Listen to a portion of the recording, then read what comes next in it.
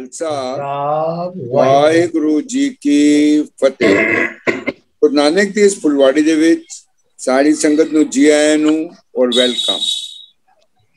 ਜਿਸ ਤਰੀਕੇ ਦੇ ਨਾਲ ਅੱਜ ਸਾਡੇ ਵੀਰ ਗਿਆਨੀ ਗੁਰਮੁਖ ਸਿੰਘ ਜੀ ਖਾਲਸਾ ਬੜੇ ਹੀ ਸੁਚੱਜੇ ਤਰੀਕੇ ਦੇ ਨਾਲ ਔਰ ਕਲੈਰਿਟੀ ਦੇ ਨਾਲ ਸਾਨੂੰ ਗੁਰੂ ਗ੍ਰੰਥ ਸਾਹਿਬ ਜੀ ਦੇ ਉਹ ਸ਼ਬਦਾਂ ਦੇ ਨਾਲ ਔਰ ਉਸ ਫਿਲਾਸਫੀ ਦੇ ਨਾਲ ਜੋੜਨ ਦੀ ਕੋਸ਼ਿਸ਼ ਕਰਦੇ ਹਨ।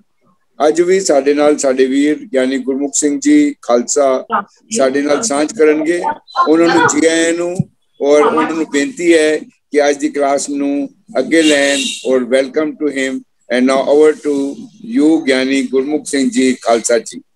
ਇੱਕ ਓੰਕਾਰ ਸਤਨਾਮ ਕਰਤਾ ਪੁਰਖ ਨਿਰਭਉ ਨਿਰਵੈਰ ਅਕਾਲ ਮੂਰਤ ਅਜੂਨੀ ਸੈਭੰ ਗੁਰ ਪ੍ਰਸਾਦ।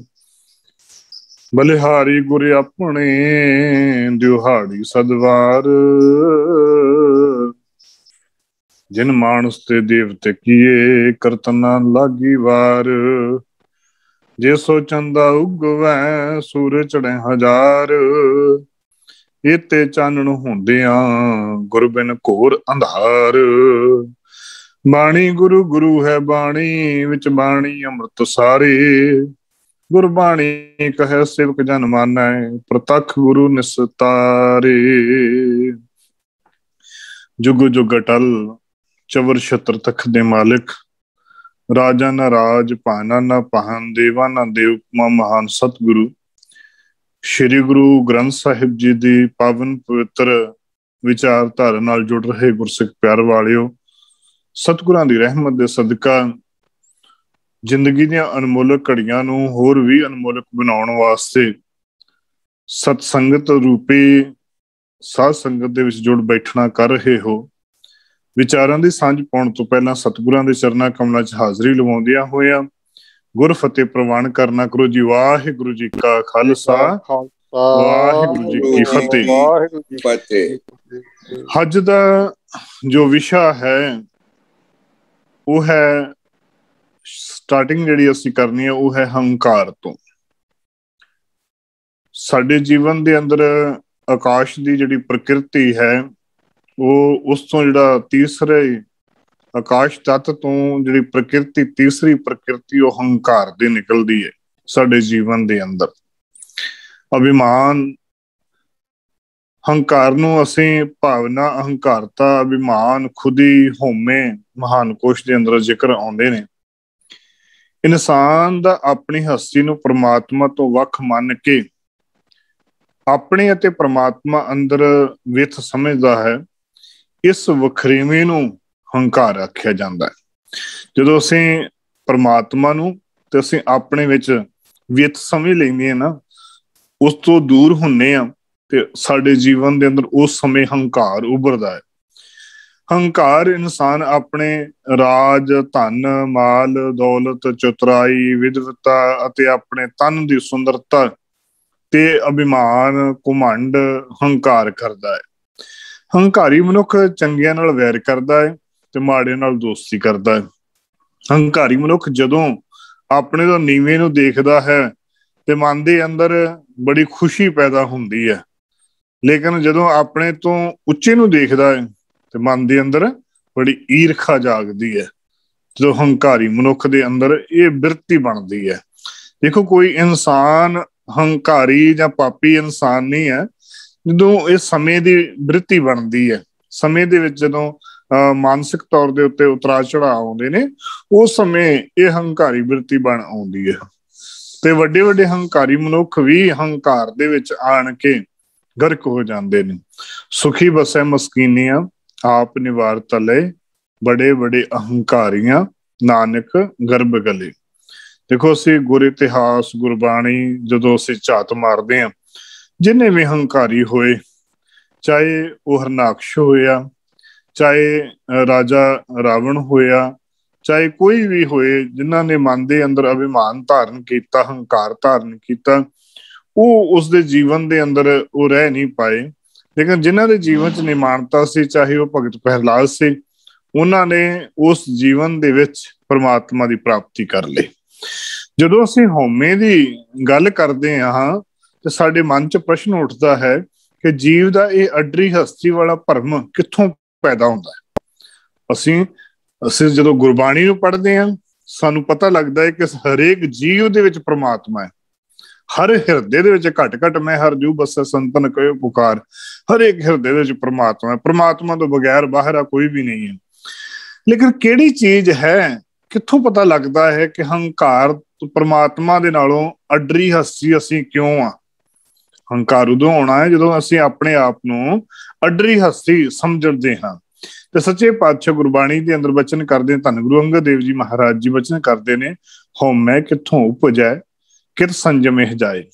ਵੀ ਹਉਮੈ ਕਿੱਥੋਂ ਪੈਦਾ ਹੁੰਦੀ ਹੈ ਤੇ ਕਿਹੜੇ ਤਰੀਕੇ ਨਾਲ ਸਾਡੇ ਜੀਵਨ ਦੇ ਅੰਦਰੋਂ ਹਉਮੈ ਜਿਹੜੀ ਹੈ ਉਹ ਦੂਰ ਕੀਤੀ ਜਾ ਸਕਦੀ ਹੈ, ਕਿਹੜੀ ਚੀਜ਼ ਦੇ ਨਾਲ ਅਸੀਂ ਇਸ ਤੋਂ ਦੂਰ ਹੋ ਸਕਦੇ ਹਾਂ। ਤੇ ਸੱਚੇ ਪਾਤਸ਼ਾਹ ਸਮਝਾਉਂਦੇ ਆ, ਸ਼ਖਸੀਅਤ ਬਣਾਉਣ ਵਾਸਤੇ, ਰੱਬ ਦਾ ਹੁਕਮ ਮੰਨਣ ਵਾਸਤੇ, ਤੇ ਸੱਚੇ ਪਾਤਸ਼ਾਹ ਆਪ ਇਹ ਗੱਲ ਸਮਝਾਉਂਦਿਆਂ ਹੋਇਆਂ ਕਿ ਇਹ ਜਿਹੜਾ ਹਉਮੈ ਇੱਕ ਵੱਡਾ ਰੋਗ ਹੈ, ਲੰਮਾ ਰੋਗ ਹੈ, ਪਰ ਇਹਦਾ ਇਲਾਜ ਵੀ ਇਹਦੇ ਵਿੱਚ ਹੀ ਹੈ, ਬਾਹਰੋਂ ਕਿਤੇ ਵੀ ਕੋਈ ਕਰ ਨਹੀਂ ਸਕਦਾ। ਜੇ ਪ੍ਰਭੂ ਦੇ ਮਿਹਰ ਹੋ ਜਾਵੇ, ਜੀਵ ਦੇ ਹਿਰਦੇ 'ਚ ਸ਼ਬਦ ਦੀ ਬਖਸ਼ਿਸ਼ ਹੋ ਜਾਵੇ, ਤਾਂ ਅਸੀਂ ਇਸ ਤੋਂ ਦੂਰ ਕੀਤੇ ਜਾ ਸਕਦੇ ਹਾਂ, ਹਉਮੈ ਤੋਂ ਅਸੀਂ ਦੂਰ ਹੋ ਸਕਦੇ ਹਾਂ। ਗੁਰੂ ਨਾਨਕ ਸਾਹਿਬ ਜੀ ਫਰਮਾਉਂਦੇ ਨੇ, ਹਉਮੈ ਇਹੋ ਹੁਕਮ ਹੈ ਪਿਆ ਕਿਰਤ ਫਰਾਏ, ਹਉਮੈ ਦੀਰਘ ਰੋਗ ਹੈ ਦਾਰੂ ਪੀ ਇਸ ਮਾਹੇ। ਹਉਮੈ ਰੋਗ ਵੱਡਾ ਆ, ਲੇਕਿਨ ਇਹਦਾ ਦਾਰੂ ਵੀ ਇਹਦੇ ਵਿੱਚ ਹੈ। ਜਿਵੇਂ ਅਸੀਂ ਪਿਛਲੀ ਕਲਾਸ 'ਚ ਵੀ ਗੱਲ ਕੀਤੀ ਸੀ ਕਿ ਜੇਕਰ ਜ਼ਹਿਰ ਦੇ ਨਾਲ, ਸੱਪ ਦੀ ਜ਼ਹਿਰ ਨਾਲ ਇਨਸਾਨ ਮਰਦਾ ਹੈ ਤੇ ਸੱਪ ਦੀ ਜ਼ਹਿਰ ਦੇ ਨਾਲ ਹੀ ਇਨਸਾਨ ਬਚਦਾ ਹੈ। ਤੇ ਸੱਚੇ ਪਾਤਸ਼ਾਹ ਨੇ ਹੰਕਾਰ ਜੇਕਰ ਹਿਰਦੇ ਦੇ ਅੰਦਰ ਨੁਕਸਾਨ ਪਹੁੰਚਾਉਂਦਾ ਹੈ ਤੇ ਹੰਕਾਰ ਦੇ ਰਾਹੀਂ ਹੀ ਇਨਸਾਨ ਠੀਕ ਵੀ ਹੋ ਜਾਂਦਾ ਹੈ। ਪਰ ਹੁੰਦਾ ਕਦੋਂ ਆ? ਕਿਰਪਾ ਕਰੇ ਜੇ ਆਪਣੀ ਤਾਂ ਗੁਰ ਕਾ ਸ਼ਬਦ ਕਮਾਹੇ। ਜਦੋਂ ਗੁਰੂ ਦੀ ਕਿਰਪਾ ਹੋ ਜਾਵੇ, ਗੁਰੂ ਦੀ ਰਹਿਮਤ ਹੋ ਜਾਵੇ, ਤਾਂ ਸ਼ਬਦ ਨੂੰ ਕਮਾਉਣਾ ਸ਼ੁਰੂ ਕਰ ਦੇਵੇ, ਫਿਰ ਹਉਮੈ ਦਾ ਹੰਕਾਰ ਜਿਹੜਾ ਹੈ ਉਹ ਮਰ ਜਾਂਦਾ ਹੈ। ਨਾਨਕ ਕਹੈ ਸੁਨੋ ਜਨੋ ਇਤ ਸੰਜਮ ਦੁੱਖ ਜਾਏ। ਅਤੇ ਇਹ ਜਿਹੜਾ ਹਉਮੈ ਦਾ ਕੀੜਾ ਹੈ ਇਹ ਤਾਂ ਮਰਦਾ ਹੈ, ਹਉਮੈ ਦਾ ਕੰਡਾ ਹੈ ਇਹ ਤਾਂ ਮਰਦਾ ਹੈ ਜਦੋਂ ਉਸ ਪ੍ਰਭੂ ਪਰਮਾਤਮਾ ਨੂੰ ਜਦੋਂ ਧਿਆਉਣ ਲੱਗ ਪਵਾਂਗੇ। ਦੇਖੋ, ਇਨਸਾਨ ਹੰਕਾਰ ਉਦੋਂ ਤੱਕ ਕਰਦਾ ਜਦੋਂ ਇਹਨੂੰ ਆਪਣੇ ਨਾਲੋਂ ਵੱਡਾ ਸਾਹਮਣੇ ਨਹੀਂ ਟੱਕਰਦਾ। ਜਦੋਂ ਅਸੀਂ ਇੱਕ ਭਲਵਾਨ ਜਦੋਂ ਅਖਾੜੇ 'ਚ ਜਾਂਦਾ ਹੈ, ਜਿਹਨੂੰ ਆਪਣੇ ਤੋਂ ਵੱਡੇ ਜਦੋਂ ਮਿਲ ਪੈਂਦੇ ਆ ਤੇ ਉਦੋਂ ਆਖਦਾ ਕਿ ਮੈਂ ਤੇ ਅਜੇ ਕੁਛ ਵੀ ਨਹੀਂ ਆ, ਮੇਰੇ ਤੋਂ ਬੜੇ ਬੜੇ ਵੱਡੇ ਭਲਵਾਨ ਬੈਠੇ ਹੈਗੇ ਆ। ਉਦੋਂ ਇਹਦਾ ਆਪਣਾ ਹੰਕਾਰ ਮਰਦਾ ਆ। ਬਸ ਉਸੇ ਤਰੀਕੇ ਦੇ ਨਾਲ ਜਦੋਂ ਅਸੀਂ ਗੁਰੂ ਦੇ ਦਰ ਦੇ ਉੱਤੇ ਜਾਂਦੇ ਆ ਨਾ, ਅਸੀਂ ਤੇ ਆਪਣੇ ਆਪ ਨੂੰ ਘਰ ਅਸੀਂ ਸੋਚਦੇ ਹਾਂ ਕਿ ਕਿਤੇ ਜਪਜੀ ਸਾਹਿਬ ਦਾ ਪਾਠ ਕਰ ਲਏ, 5-7 ਪਾਠ ਕਰ ਲਏ ਜਾਂ ਸੂਹਣੀ ਸਾਹਿਬ ਦੇ ਪਾਠ ਕਰ ਲਏ, ਤਾਂ ਅਸੀਂ ਆਪਣੇ ਆਪ ਨੂੰ ਹੰਕਾਰੀ ਸਮਝਣ ਲੱਗ ਪਏ ਵੀ ਮੇਰੇ ਵਰਗਾ ਪਾਠ ਕਰਨ ਵਾਲਾ ਹੀ ਕੋਈ ਨਹੀਂ ਹੈ, ਮੇਰੇ ਵਾਲਾ ਬਾਣੀ ਪੜ੍ਹਨ ਵਾਲਾ ਹੀ ਕੋਈ ਨਹੀਂ। ਲੇਕਿਨ ਜਦੋਂ ਸਤ ਸੰਗਤ ਦੇ ਵਿੱਚ ਜਾਵਾਂਗੇ, ਅੱਜ ਗੁਰੂ ਦੇ ਦਰ ਦੇ ਉੱਤੇ 5 ਵਜੇ ਜਾਵਾਂਗੇ, ਫਿਰ ਵੇਖਾਂਗੇ ਕਿ ਮੇਰੇ ਤੋਂ ਪਹਿਲਾਂ ਆਉਣ ਵਾਲੇ ਵੀ ਬੈਠੇ ਆ। ਜੋ 4 ਵਜੇ ਜਾਵਾਂਗੇ ਤੜਕੇ ਅੰਮ੍ਰਿਤ ਵੇਲੇ, ਉਦੋਂ ਵੇਖਾਂਗੇ ਮੇਰੇ ਤੋਂ ਪਹਿਲਾਂ ਹੋਰ ਆਉਣ ਵਾਲੇ ਵੀ ਬੈਠੇ ਆ। ਜੋ 3 ਵਜੇ ਜਾਵਾਂਗੇ ਉੱਥੇ ਜਾ ਕੇ ਵੇਖਾਂਗੇ 2:30 ਵਜੇ ਜਾ ਕੇ ਇਸ਼ਨਾਨ ਕਰਕੇ ਸੇਵਾ ਕਰਾ ਕੇ ਨਿਤਨੇਮ ਕਰਾਉਣ ਵਾਲੇ ਵੀ ਬੈਠੇ ਹੈਗੇ ਆ। ਜਦੋਂ ਆਪਣੇ ਤੋਂ ਅੱਗੋਂ ਜਾ ਕੇ ਵੇਖਾਂਗੇ ਨਾ, ਤੇ ਫਿਰ ਹੰਕਾਰ ਟੁੱਟਦਾ ਵੀ ਨਹੀਂ, ਅਸੀਂ ਅਜੇ ਨੀਵੀਂ, ਅਜੇ ਸਾਡੇ ਕੋਲ ਕੁਝ ਨਹੀਂ ਹੈ। ਜਦੋਂ ਇਹ ਚੀਜ਼ ਆਵੇਗੀ ਨਾ, ਹੰਕਾਰ ਜਦੋਂ ਟੁੱਟਣ ਵਾਸਤੇ ਸਾਹਮਣੇ ਕੋਈ ਵੱਡਾ ਮਿਲ ਪਏਗਾ, ਗੁਰੂ ਦੀ ਕਿਰਪਾ ਦੇ ਨਾਲ ਹੋ ਜਾਏਗਾ, ਤਾਂ ਹੰਕਾਰ ਦੇ ਟੁੱਟਣ ਦੀ ਗੱਲ ਜਿਵੇਂ ਜ਼ਮੀਨ ਦੇ ਪੈਰਾਂ ਥੱਲੋਂ ਜ਼ਮੀਨ ਨਿਕਲੇਗੀ।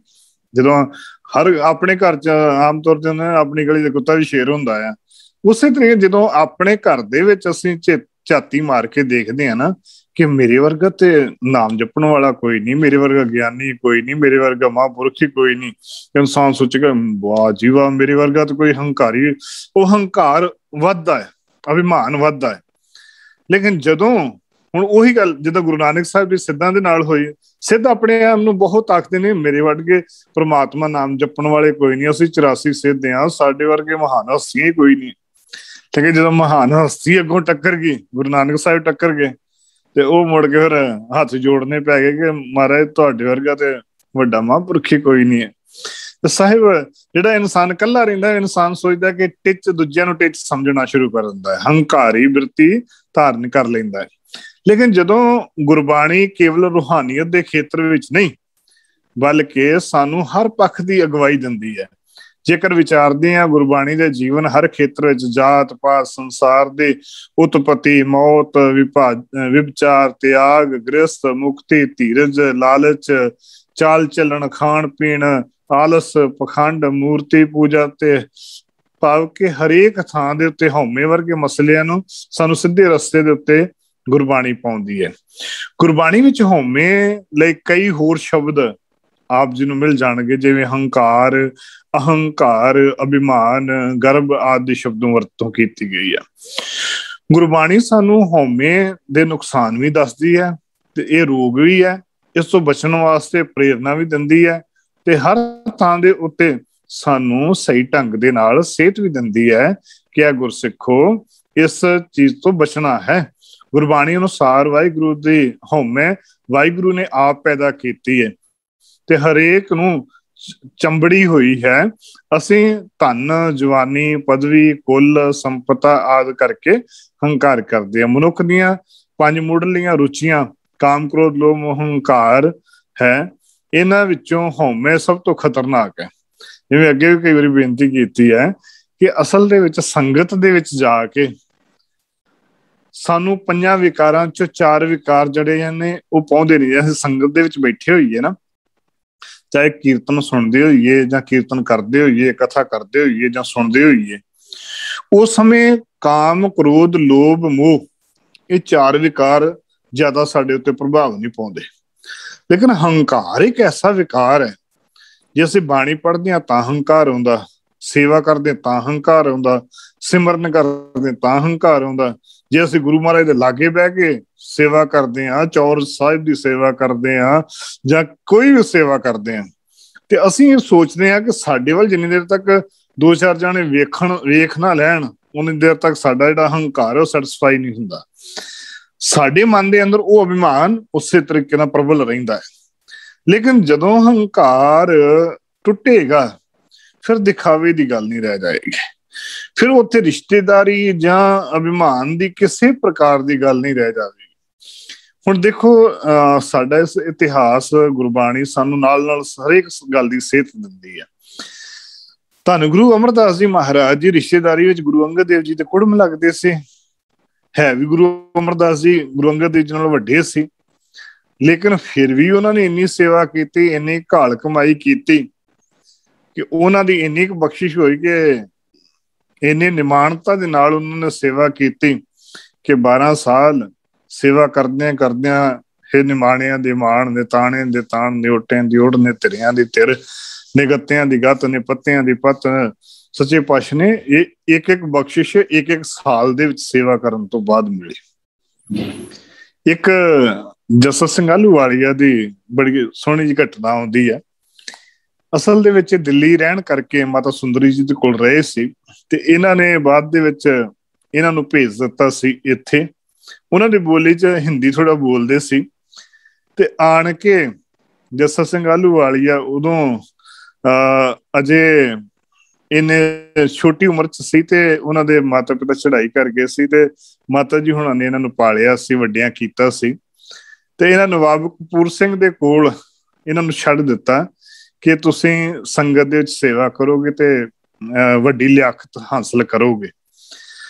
ਜਦੋਂ ਨਵਾਬ ਕਪੂਰ ਸਿੰਘ ਦੇ ਕੋਲ ਆਏ ਤੇ ਇੱਕ ਦਿਨ ਦੀਵਾਨ ਲੱਗਿਆ ਤੇ ਸਾਰੇ ਇਹਨਾਂ ਨੂੰ ਮਜ਼ਾਕ ਦੇ ਨਾਲ ਹਮਕੋ ਤੁਮਕੋ ਆਖਦੇ ਸੀ। ਇਹਦਾ ਮਜ਼ਾਕ 'ਚ ਆਖ ਦਿੱਤਾ। ਇਹ ਰੋਂਦੇ ਆਏ ਤੇ ਨਵਾਬ ਕਪੂਰ ਸਿੰਘ ਦੇ ਕੋਲ ਆਣ ਕੇ ਬੇਨਤੀ ਕਰਨ ਲੱਗੇ, ਜਥੇਦਾਰ ਸਾਹਿਬ ਮੈਨੂੰ ਸਾਰੇ ਹਮਕੋ ਤੁਮਕੋ ਆਖਦੇ ਆ। ਬਾਣੀ ਬੜੀ ਸੋਹਣੀ ਪੜ੍ਹਦੇ ਸੀ, ਕੀਰਤਨ ਬੜਾ ਸੋਹਣਾ ਕਰਦੇ ਸੀ ਜੱਸਾ ਸਿੰਘ ਆਹਲੂਵਾਲੀਆ, ਅਤੇ ਮੈਨੂੰ ਹਮਕੋ ਤੁਮਕੋ ਆਖਦੇ ਆ, ਸਾਰੇ ਮਜ਼ਾਕ ਕਰਦੇ ਆ ਮੇਰਾ। ਤੇ ਜੱਸਾ ਸਿੰਘ ਆਹਲੂਵਾਲੀਆ ਨੇ ਆਪਣੀ ਗਲਵੱਕੜੀ 'ਚ ਲਿਆ, ਜੱਸਾ ਸਿੰਘ ਆਹਲੂਵਾਲੀਆ ਨੂੰ ਨਵਾਬ ਕਪੂਰ ਸਿੰਘ ਨੇ ਆਪਣੀ ਗਲਵੱਕੜੀ 'ਚ ਲਿਆ। ਕਹਿਣ ਲੱਗੇ ਖਾਲਸੇ ਪੰਥ ਦਾ ਮਜ਼ਾਕ ਨੂੰ ਤੂੰ ਮਜ਼ਾਕ ਹੀ ਸਮਝ ਲਿਆ ਕਰ, ਇਹ ਬਖਸ਼ਿਸ਼ਾਂ ਦਾ ਘਰ ਆ। ਕਹਿਣ ਲੱਗੇ ਮੈਨੂੰ ਜਿਹੜਾ ਮੈਂ ਘੋੜਿਆਂ ਦੀ ਲਿੱਦ ਚੁੱਕਦਾ ਸੀ पखे झलदा सी ते मैनू नवाबी दे दित्ती है, ते जे तेनू मजाक करदा है ना खालसा पंथ, ते पता नहीं तेनू किन्नियां क बख्शिशां कर देनियां ने। ते जस्सा सिंह वो शख्सियत बन के उभरे कि जिन्हां नू सुल्तान उल कौम दा खिताब मिलिया सी बाद दे विच। ये बख्शिशां कित्थों आईयां? सेवा, सिमरन, निमरता भाव, जदों हौमे हंकार नू मार लिया। गुरु घर दे अंदर देखो सब तो पहला गल ही आउंदी है कि अपने आप नू मार के मत्था टेकण तो भाव ही असीं हैं कि गुरु दे अगे तन मन धन सब सौंप गुर को हुक्म मन्निया पाई है। गुरु दे अगे गुरु दे दर दे उत्ते आउणा ते हंकार मार के आउणा पैणा। पदवी दा हंकार होवे, कोई प्रधानगी दा हंकार होवे, चाहे किसी भी प्रकार दी चौधर दा हंकार होवे, वो मार के ते फिर गुरु दे दर दे उत्ते आउणा पैणा, तां जाके हंकार विच वस कीता जा सकदा है। ते ये जिहड़ा है जिन रच रच रचिया पुरख विधाते नाले होमे पाई। जिस परमात्मा ने साडे जीवन दे विच होमे पाई हुई है, जिन्हें सारा संसार रचिया, उन्हें होमे भी साडे हिरदे दे विच पाई हुई है। जिस सिरजनहार करता पुरख ने इस सृष्टि रची है, वो साडे जीवन दे अंदर होमे पाई हुई है। होमे ममता मोहनी सब मुट्ठी अहंकार, जिहड़ी होमे माया दी मोहनी दे विच माया रूपी संसार नू मोहंदी पई है। सारे लोग इहदे विच फसे पए ने ते सच्चे पातशाह ने गर्भ ना कीजै नानका मत सिर आवे पार। ਅਤੇ ਕਿਸੇ ਵੀ ਸੰਸਾਰਿਕ ਕਰਮ ਦੇ ਕਰਨ ਦੇ ਨਾਲ ਆਪਣੇ ਜੀਵਨ ਦੇ ਅੰਦਰ ਹੰਕਾਰ ਨਾ ਕਰੀ।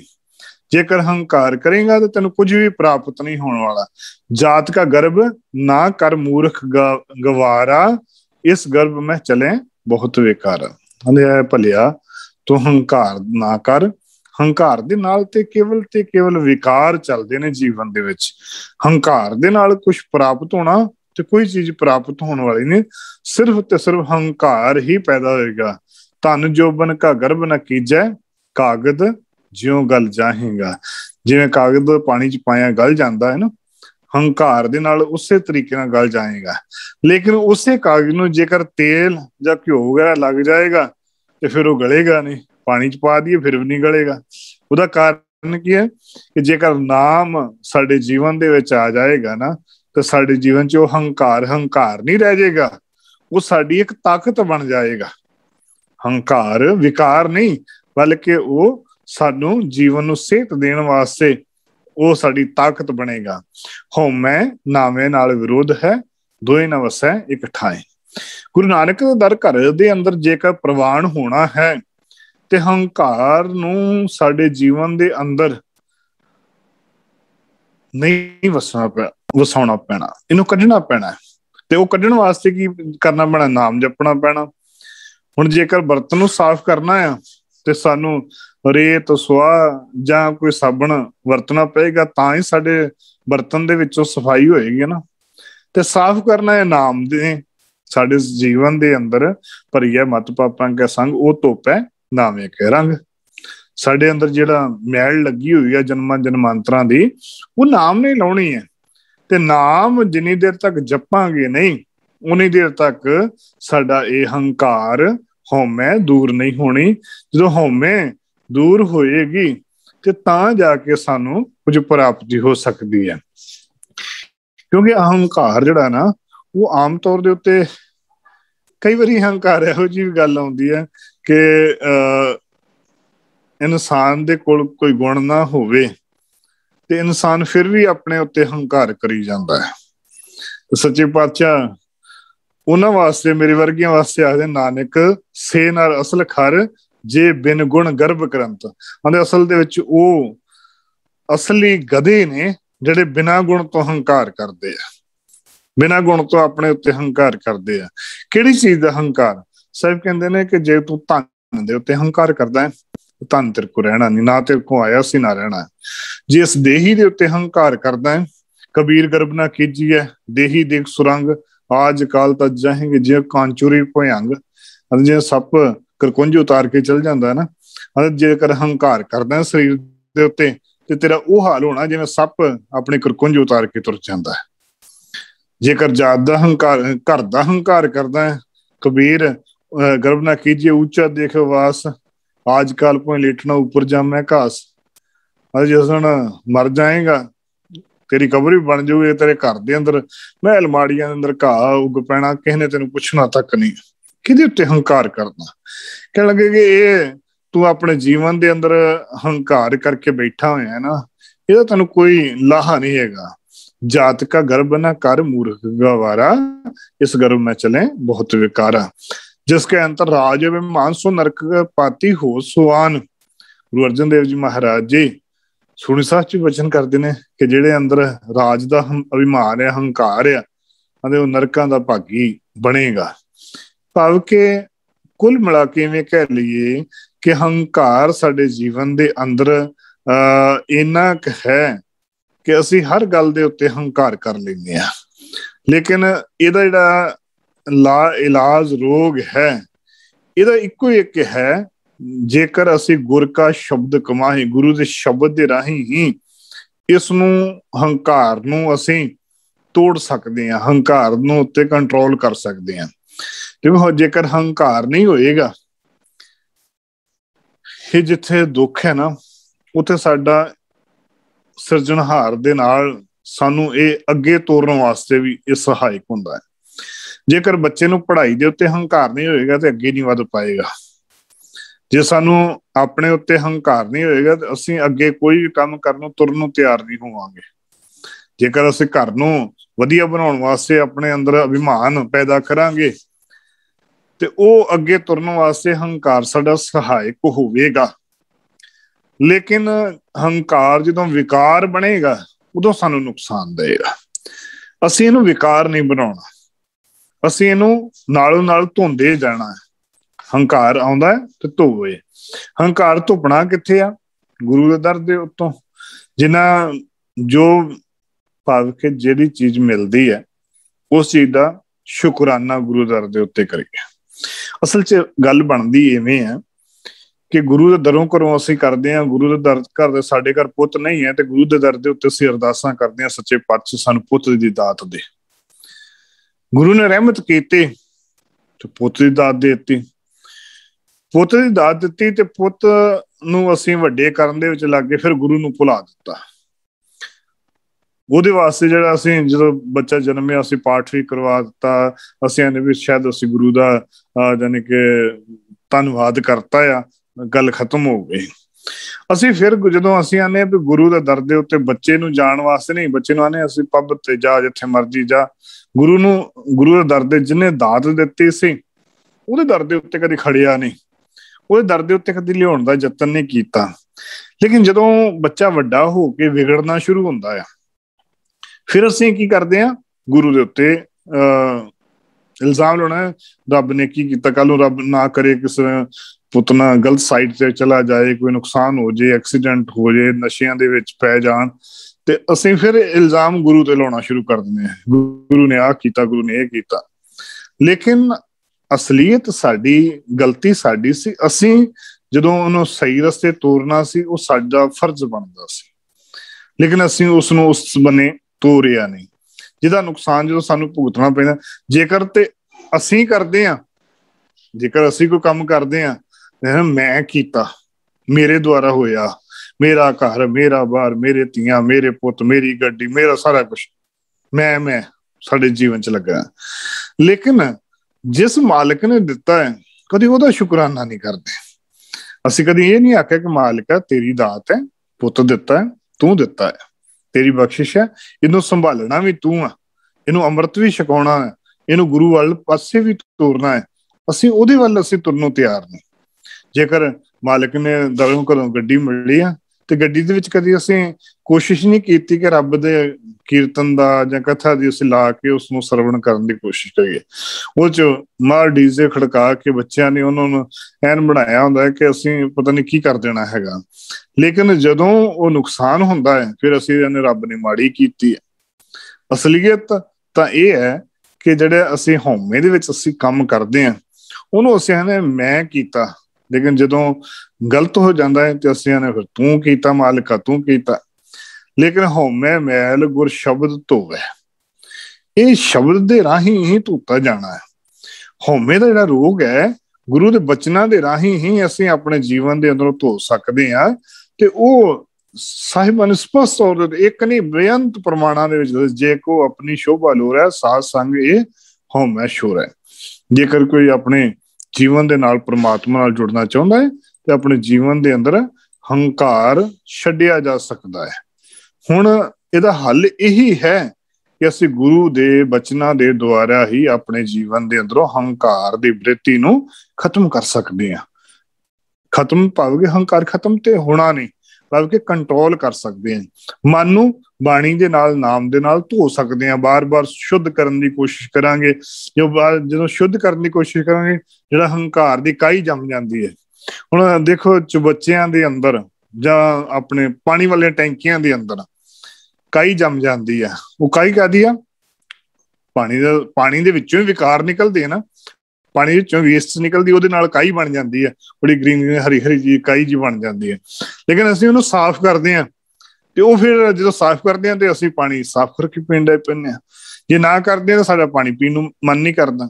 ਬਸ ਉਸੇ ਤਰੀਕੇ ਦੇ ਨਾਲ ਹੀ ਸਾਡੇ ਜੀਵਨ ਦੇ ਅੰਦਰ ਜਿਹੜੇ ਵਿਕਾਰ ਨੇ, ਜਦੋਂ ਉਹ ਜ਼ਿਆਦਾ ਹਾਵੀ ਹੋ ਜਾਂਦੇ ਆ, ਉਹ ਕਾਈ ਦੇ ਰੂਪ ਚ ਜੰਮ ਜਾਂਦੇ ਆ। ਤੇ ਹੁਣ ਕਾਈ ਨੂੰ ਸਾਫ਼ ਕਰਨਾ ਤੇ ਹੁਣ ਕਿਸੇ ਨੇ ਬਾਹਰੋਂ ਤੇ ਆਣ ਕੇ ਕਰਨਾ ਨਹੀਂ, ਉਹ ਸਾਨੂੰ ਆਪ ਹੀ ਕਰਨਾ ਪੈਣਾ। ਤੇ ਜੇ ਆਪ ਕਰਨਾ ਹੈ ਤੇ ਉਹੀ ਬਰਤਨ ਜਦੋਂ ਸਾਫ਼ ਹੋ ਗਿਆ, ਉਹੀ ਟੈਂਕੀ ਸਾਫ਼ ਹੋ ਗਈ, ਪਾਣੀ ਸਾਫ਼ ਹੋ ਜਾਏਗਾ ਤੇ ਅਸੀਂ ਪੀਣਾ ਸ਼ੁਰੂ ਕਰ ਦੇਵਾਂਗੇ। ਬਸ ਉਸੇ ਤਰੀਕੇ ਨਾਲ ਵਿਕਾਰ ਜਿਹੜਾ ਹਉਮੈ ਦਾ ਹੈਗਾ ਆ, ਇਹ ਸਾਨੂੰ ਵਿਕਾਰਾਂ ਦੇ ਰੂਪ ਚ ਕਾਈ ਜੰਮ ਜਾਂਦੀ ਹੈ। ਤੇ ਇਹ ਗੁਰੂ ਦੇ ਸ਼ਬਦ ਦੇ ਦੁਆਰਾ ਹੀ ਇਹ ਕਾਈ ਸਾਫ਼ ਹੋਣੀ ਹੈ। ਤੇ ਗੁਰੂ ਦੇ ਸ਼ਬਦ ਦੇ ਦੁਆਰਾ ਹੀ ਅਸੀਂ ਹਉਮੈ ਵਰਗੇ ਰੋਗ ਨੂੰ ਵੀ ਕੰਟਰੋਲ ਦੇ ਵਿੱਚ ਕਰ ਸਕਦੇ ਹਾਂ। ਉਹਨੂੰ ਆਪਣੇ ਉੱਤੇ ਪ੍ਰਭਾਵ ਨਹੀਂ ਪਾਉਣ ਦੇਣਾ। ਦੂਸਰਾ ਅਗਲਾ ਚੌਥਾ ਪੁਆਇੰਟ ਹੈ ਦੁੱਖ। ਦੁੱਖ ਤੇ ਸੁੱਖ ਸਾਡੇ ਜੀਵਨ ਦੇ ਦੋ ਪਹਿਲੂ ਆ, ਜਾਂ ਇਵੇਂ ਕਹਿ ਲਈਏ ਕਿ ਇੱਕ ਸਿੱਕੇ ਦੇ ਦੋ ਪਹਿਲੂ ਆ। ਜੇ ਦੁੱਖ ਆ ਤੇ ਸੁੱਖ ਵੀ ਆ, ਸੁੱਖ ਆ ਤੇ ਦੁੱਖ ਵੀ ਆ। ਜੇਕਰ ਇਨਸਾਨ ਨੂੰ ਇਕੱਲੇ ਸੁੱਖ ਹੀ ਆਈ ਜਾਣ, ਉਹਨੂੰ ਦੁੱਖਾਂ ਦਾ ਅਹਿਸਾਸ ਹੀ ਨਹੀਂ ਹੋ ਸਕੇਗਾ। ਜੇਕਰ ਇਕੱਲੇ ਸੁੱਖ ਹੀ ਆਈ ਜਾਣ, ਉਹਨੂੰ ਪਤਾ ਹੀ ਨਹੀਂ ਲੱਗੇਗਾ ਦੁੱਖ ਕੀ ਚੀਜ਼ ਹੁੰਦੀ ਹੈ।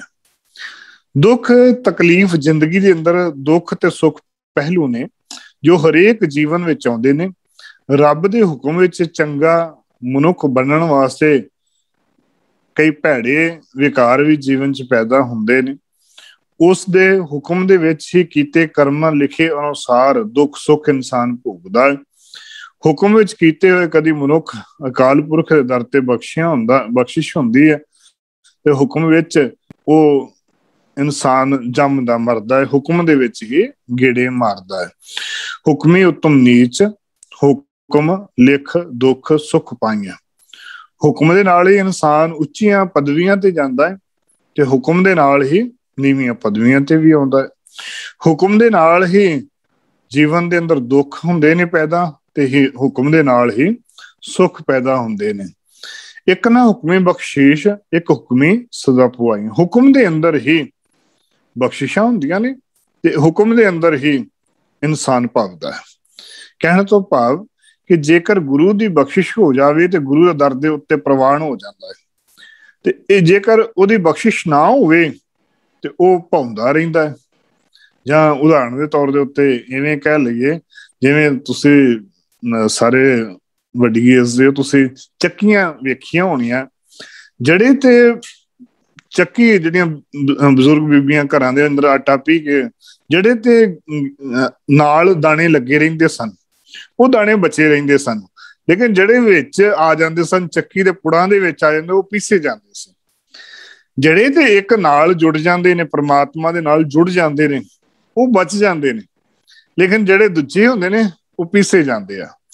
ਜੇ ਉਸ ਪ੍ਰਮਾਤਮਾ ਦੇ ਹੁਕਮ ਦੇ ਨਾਲ ਇੱਕ ਨੂੰ ਤੇ ਬਖਸ਼ਿਸ਼ ਹੋ ਜਾਂਦੀ ਹੈ, ਉਹ ਦਾਣੇ ਬਹੁਤ ਜ਼ਿਆਦਾ ਨਹੀਂ ਹੁੰਦੇ, ਉਹ 2-4 ਦਾਣੇ ਹੀ ਹੁੰਦੇ ਆ, ਉਹ ਬਚਾ ਕੇ ਉਸ ਦੇ ਨਾਲ ਅਸੀਂ ਜੁੜੇ ਰਹਿ ਸਕਦੇ ਹਾਂ। ਲੇਕਿਨ ਜਿਹੜਾ ਵਿੱਚ ਜਿਹੜੇ ਰਗੜੇ ਜਾਂਦੇ ਆ, ਉਹ ਫਿਰ ਸੰਸਾਰ ਦੇ ਉੱਤੋਂ ਤੁਰ ਜਾਂਦੇ ਨੇ। ਦੁੱਖ ਪਰ ਹਰ ਸੁੱਖ ਘਰ ਲੈ ਜਾਏ। ਦੁੱਖਾਂ ਦੇ ਵਿੱਚ ਸੁੱਖ ਕੋ ਮੰਗਿਆ ਸਭ ਕੋ, ਦੁੱਖ ਨਾ ਮੰਗਿਆ ਕੋਈ। ਆਮ ਤੌਰ ਦੇ ਉੱਤੇ ਕੀ ਹੁੰਦਾ, ਸੁੱਖ ਸਾਰੇ ਲੋਚਦੇ ਆ, ਦੁੱਖ ਕੋਈ ਇਨਸਾਨ ਇਹ ਨਹੀਂ ਆਂਦਾ ਮੇਰੇ ਜੀਵਨ 'ਚ ਦੁੱਖ ਆਵੇ। लेकिन दुख भी आने ने। जेकर दुख नहीं आउणगे तो सुखां दा एहसास नहीं होएगा। सुख को मांगे सब को, दुख ना मांगे कोई। सुख सारे मंगदे गुरु कोलों, दुख कोई नहीं मंगदा। लेकिन देखो दुखां दे विचों सुख पैदा हुंदे आ। सुखां ते दुख उपजे, दुखी होए सुख। जो पहला साडे जीवन दे अंदर सुख हुंदे आ ना, पहला दुख आउंदे आ। सब तो पहला साडे जीवन च दुख आउणगे। ਅਸੀਂ ਗੁਰੂ ਦੇ ਦਰ ਦੇ ਉੱਤੇ ਅਰਦਾਸਾਂ ਕਰਦੇ ਹਾਂ, ਸੱਚੇ ਪਾਤਸ਼ਾਹ ਦੁੱਖ ਦੂਰ ਕਰਦੇ, ਦੁੱਖ ਦੂਰ ਕਰਦੇ। ਗੁਰੂ ਕੀ ਕਰਦਾ? ਕਿਰਪਾ ਕਰਦਾ, ਉਹ ਦੁੱਖ ਦੂਰ ਕਰ ਦਿੰਦਾ ਹੈ। ਜਦੋਂ ਦੁੱਖ ਦੂਰ ਕਰਦਾ ਹੈ ਫਿਰ ਅਸੀਂ ਰੱਬ ਨੂੰ ਭੁਲਾ ਦਿੰਦੇ ਹਾਂ ਜਿਹਨੇ ਦੁੱਖ ਦੂਰ ਕੀਤਾ ਹੈ ਨਾ। ਸਾਡੀ ਫਿਤਰਤ ਆ, ਜਦੋਂ ਸਾਡਾ ਜੀਵਨ ਚ ਸੁੱਖ ਆ ਜਾਂਦੇ ਨਾ, ਅਸੀਂ ਦੁੱਖ ਦੀ ਘੜੀ ਨੂੰ ਭੁਲਾ ਦਿੰਦੇ ਹਾਂ। ਜਦੋਂ ਦੁੱਖ ਭੁੱਲ ਜਾਂਦੇ ਨੇ, ਦੁੱਖਾਂ ਤੇ ਸੁੱਖ ਉਪਜੇ, ਸੁਖੀ ਹੋਏ ਦੁੱਖ। ਜਦੋਂ ਸੁੱਖ ਆਉਂਦੇ ਨੇ ਫਿਰ ਤੇ ਅਸੀਂ ਰੱਬ ਨੂੰ ਭੁਲਾ ਦਿੰਦੇ ਹਾਂ। ਲੇਕਿਨ ਜਦੋਂ ਰੱਬ ਭੁੱਲ ਜਾਂਦਾ ਹੈ ਤੇ ਫਿਰ ਦੁੱਖ ਉਸੇ ਤਰੀਕੇ ਨਾਲ ਸਾਡੇ ਸਿਰ ਦੇ ਉੱਤੇ ਆਣ ਕੇ ਖੜ ਜਾਂਦੇ ਨੇ। ਇਹ ਕੰਟੀਨਿਊ ਚੱਲਦਾ ਰਹਿੰਦਾ ਹੈਗਾ। ਲੇਕਿਨ ਜੇਕਰ ਉਸ ਪ੍ਰਮਾਤਮਾ ਨੂੰ ਦੁੱਖ ਦੇ ਵਿੱਚ ਵੀ ਯਾਦ ਕਰਾਂਗੇ, ਸੁੱਖ ਦੇ ਵਿੱਚ ਵੀ ਯਾਦ ਕਰਾਂਗੇ, ਤੇ ਪ੍ਰਮਾਤਮਾ ਹਮੇਸ਼ਾ ਸਾਡੇ ਨਾਲ ਅੰਗ ਸੰਗ ਬਣ ਕੇ ਰਹੇਗਾ। ਹੁਣ ਉਦਾਹਰਣ ਦੇ ਵਜੋਂ ਇਵੇਂ ਕਹਿ ਲਈਏ ਕਿ ਧੰਨ ਗੁਰੂ ਅਰਜਨ ਦੇਵ ਜੀ ਮਹਾਰਾਜ ਜੀ ਨੂੰ ਦੁੱਖ ਦਿੱਤੇ, ਤੱਤੀ ਤਵੀ ਦੇ ਉੱਤੇ ਬਿਠਾ ਕੇ ਸ਼ਹੀਦ ਕੀਤਾ। ਤੇ ਛੇਵੇਂ ਪਾਤਸ਼ਾਹ ਗੁਰੂ ਹਰਗੋਬਿੰਦ ਸਾਹਿਬ ਜੀ ਜਦੋਂ ਮੀਰੀ ਪੀਰੀਆਂ ਤਲਵਾਰਾਂ ਚੁੱਕੀਆਂ ਤੇ ਮੁਗਲ ਸਾਮਰਾਜ ਦੇ ਸਾਹਮਣੇ ਤਲਵਾਰ ਲੈ ਕੇ ਖੜ ਗਏ ਤੇ ਫਿਰ ਉਹ ਵੀ ਪਿੱਛੇ ਹੋ ਗਏ। 4 ਜੰਗਾਂ ਲੜੀਆਂ, ਜਦੋਂ ਹਾਰੇ ਤੇ ਉਹ ਪਿੱਛੇ ਹੋ ਗਏ। ਦੁੱਖ ਸੀ, ਉਹ ਤੋਂ ਸੁੱਖ ਆਇਆ। ਸੁੱਖਾਂ ਨਾਲ ਕੀ ਹੋਇਆ? ਫਿਰ ਰਾਜ ਸਥਾਪਿਤ ਹੋਇਆ। ਫਿਰ ਖਾਲਸੇ ਰਾਜ ਨੂੰ ਇੱਕ ਵਿਸ਼ਾਲਤਾ ਮਿਲੀ। ਫਿਰ ਜਦੋਂ ਫਿਰ ਅੱਗੇ ਜਾ ਕੇ ਗੁਰੂ ਤੇਗ ਬਹਾਦਰ ਜੀ ਮਹਾਰਾਜ ਜੀ ਨੇ ਸ਼ਹਾਦਤ ਦਿੱਤੀ, ਗੁਰੂ ਗੋਬਿੰਦ ਸਿੰਘ ਜੀ ਮਹਾਰਾਜ ਦੇ ਪਰਿਵਾਰ ਨੇ ਸ਼ਹਾਦਤਾਂ ਦਿੱਤੀਆਂ, ਤੇ ਉਸ ਤੋਂ ਬਾਅਦ ਸਾਨੂੰ ਖਾਲਸੇ ਰਾਜ ਦੀ ਬਖਸ਼ਿਸ਼ ਹੋਈ। ਬੰਦਾ ਸਿੰਘ ਬਹਾਦਰ ਨੇ ਉਸ ਦੁੱਖ ਦੀ ਘੜੀ ਤੋਂ ਬਾਅਦ ਜਦੋਂ ਉਭਾਰਿਆ ਖਾਲਸਾ ਰਾਜ ਨੂੰ, ਤੇ ਸਿੱਖ ਰਾਜ ਸਥਾਪਿਤ ਹੋਇਆ। ਫਿਰ ਉਸ ਤੋਂ ਬਾਅਦ ਦੁੱਖ ਆਏ, ਤੇ ਦੁੱਖਾਂ ਤੋਂ ਬਾਅਦ ਬੇਸ਼ੱਕ ਛੋਟਾ ਘੱਲੂਘਾਰਾ ਆਇਆ, ਵੱਡਾ ਘੱਲੂਘਾਰਾ ਆਇਆ, ਤੇ ਫਿਰ ਖਾਲਸੇ ਨੇ ਮਿਸਲਾਂ ਕਾਇਮ ਕੀਤੀਆਂ। ਤੇ ਮਿਸਲਾਂ ਕੰਮ ਕਰਕੇ ਤੇ ਮੈਂ ਅੱਜ ਪੜ੍ਹ ਰਿਹਾ ਸੀ, ਲਾਹੌਰ ਸ਼ਹਿਰ ਦੇ ਵਿੱਚ 1767 ਤੋਂ ਲੈ ਕਰਕੇ 1849 ਤੱਕ ਲਗਭਗ 82-83 ਸਾਲ ਲਾਹੌਰ ਸ਼ਹਿਰ ਦੇ ਉੱਤੇ ਖਾਲਸੇ ਦਾ ਰਾਜ ਰਿਹਾ। ਹੁਣ ਇਹ ਜਿਹੜੀਆਂ ਚੀਜ਼ਾਂ ਆ, ਇਹ ਕਿੱਥੋਂ ਪੈਦਾ ਹੋਈਆਂ? ਦੁੱਖ ਪਹਿਲਾਂ ਉਸੇ ਲਾਹੌਰ ਸ਼ਹਿਰ ਦੇ ਵਿੱਚ ਗੁਰੂ ਅਰਜਨ ਦੇਵ ਜੀ ਸ਼ਹੀਦ ਹੁੰਦੇ ਨੇ, ਉਸੇ ਲਾਹੌਰ ਸ਼ਹਿਰ ਦੇ ਵਿੱਚ ਭਾਈ ਤਾਰੂ ਜੀ ਸ਼ਹੀਦ ਹੁੰਦੇ ਨੇ, ਉਸੇ ਲਾਹੌਰ ਸ਼ਹਿਰ ਦੇ ਵਿੱਚ ਬੀਬੀਆਂ ਗਲ ਦੇ ਵਿੱਚ ਟੋਟੇ ਕਰਵਾ ਕੇ ਬੱਚਿਆਂ ਦੇ ਹਾਰ ਪਵਾਉਂਦੀਆਂ ਨੇ, ਉਸੇ ਲਾਹੌਰ ਸ਼ਹਿਰ ਦੇ ਵਿੱਚ ਖੰਨੀ ਖੰਨੀ ਰੋਟੀ ਤੇ ਗੁਜ਼ਾਰਾ ਕੀਤਾ, ਉਸੇ ਲਾਹੌਰ ਸ਼ਹਿਰ ਦੇ ਵਿੱਚ ਸਵਾ ਮਣ ਦੇ ਪੀਸਣੇ ਪੀਸੇ। ਤੇ ਉਸੇ ਲਾਹੌਰ ਸ਼ਹਿਰ ਦੇ ਉੱਤੇ ਫਿਰ ਲਗਭਗ 82-83 ਸਾਲ ਖਾਲਸੇ ਦਾ ਰਾਜ ਰਿਹਾ। ਕਹਿਣ ਤੋਂ ਭਾਵ ਕਿ ਦੁੱਖਾਂ ਤੇ ਸੁੱਖ ਉਪਜੈ, ਸੁਖੀ ਹੋਏ ਦੁੱਖ। ਜਦੋਂ ਅਸੀਂ ਐਸ਼ੋ ਇਸ਼ਰਤ ਦੇ ਵਿੱਚ ਪੈ ਜਾਂਦੇ ਹਾਂ, ਫਿਰ ਸਾਨੂੰ ਦੁੱਖ ਸਤਾਉਂਦੇ ਨੇ। ਹੁਣ ਮਹਾਰਾਜਾ ਰਣਜੀਤ ਸਿੰਘ ਦੇ ਬਾਅਦ ਰਾਜ ਦੇ ਵਿੱਚ ਐਸ਼ੋ ਇਸ਼ਰਤ ਰਿਹਾ, ਬਾਅਦ ਚ ਫਿਰ ਦੁੱਖ ਫਿਰ ਸ਼ੁਰੂਆਤ ਹੋ ਗਈ। ਉਹ ਚਲਾ ਗਿਆ ਰਾਜ। ਜੇਕਰ ਹੋ ਸਕਦਾ ਜੇਕਰ ਉਹ ਐਸ਼ੋ ਇਸ਼ਰਤ ਨਾ ਪੈਂਦੇ, ਜਿਹੜੀ ਗੱਲ ਕਿਸੇ ਸਮੇਂ ਹਰੀ ਸਿੰਘ ਨਲੂਏ ਨੇ ਇਹ ਗੱਲ ਆਖੀ ਸੀ ਮਹਾਰਾਜਾ ਰਣਜੀਤ ਸਿੰਘ ਨੂੰ, ਜੇ ਕਿਤੇ ਉਹਨਾਂ ਦੀ ਗੱਲ ਮੰਨ ਲੈਂਦੇ, ਉਹਨਾਂ ਨੇ ਇਹ ਆਖਿਆ ਸੀ ਕਿ ਆਪਣੇ ਪੁੱਤ ਨੂੰ ਗੱਦੀ ਨਾ ਦੇ।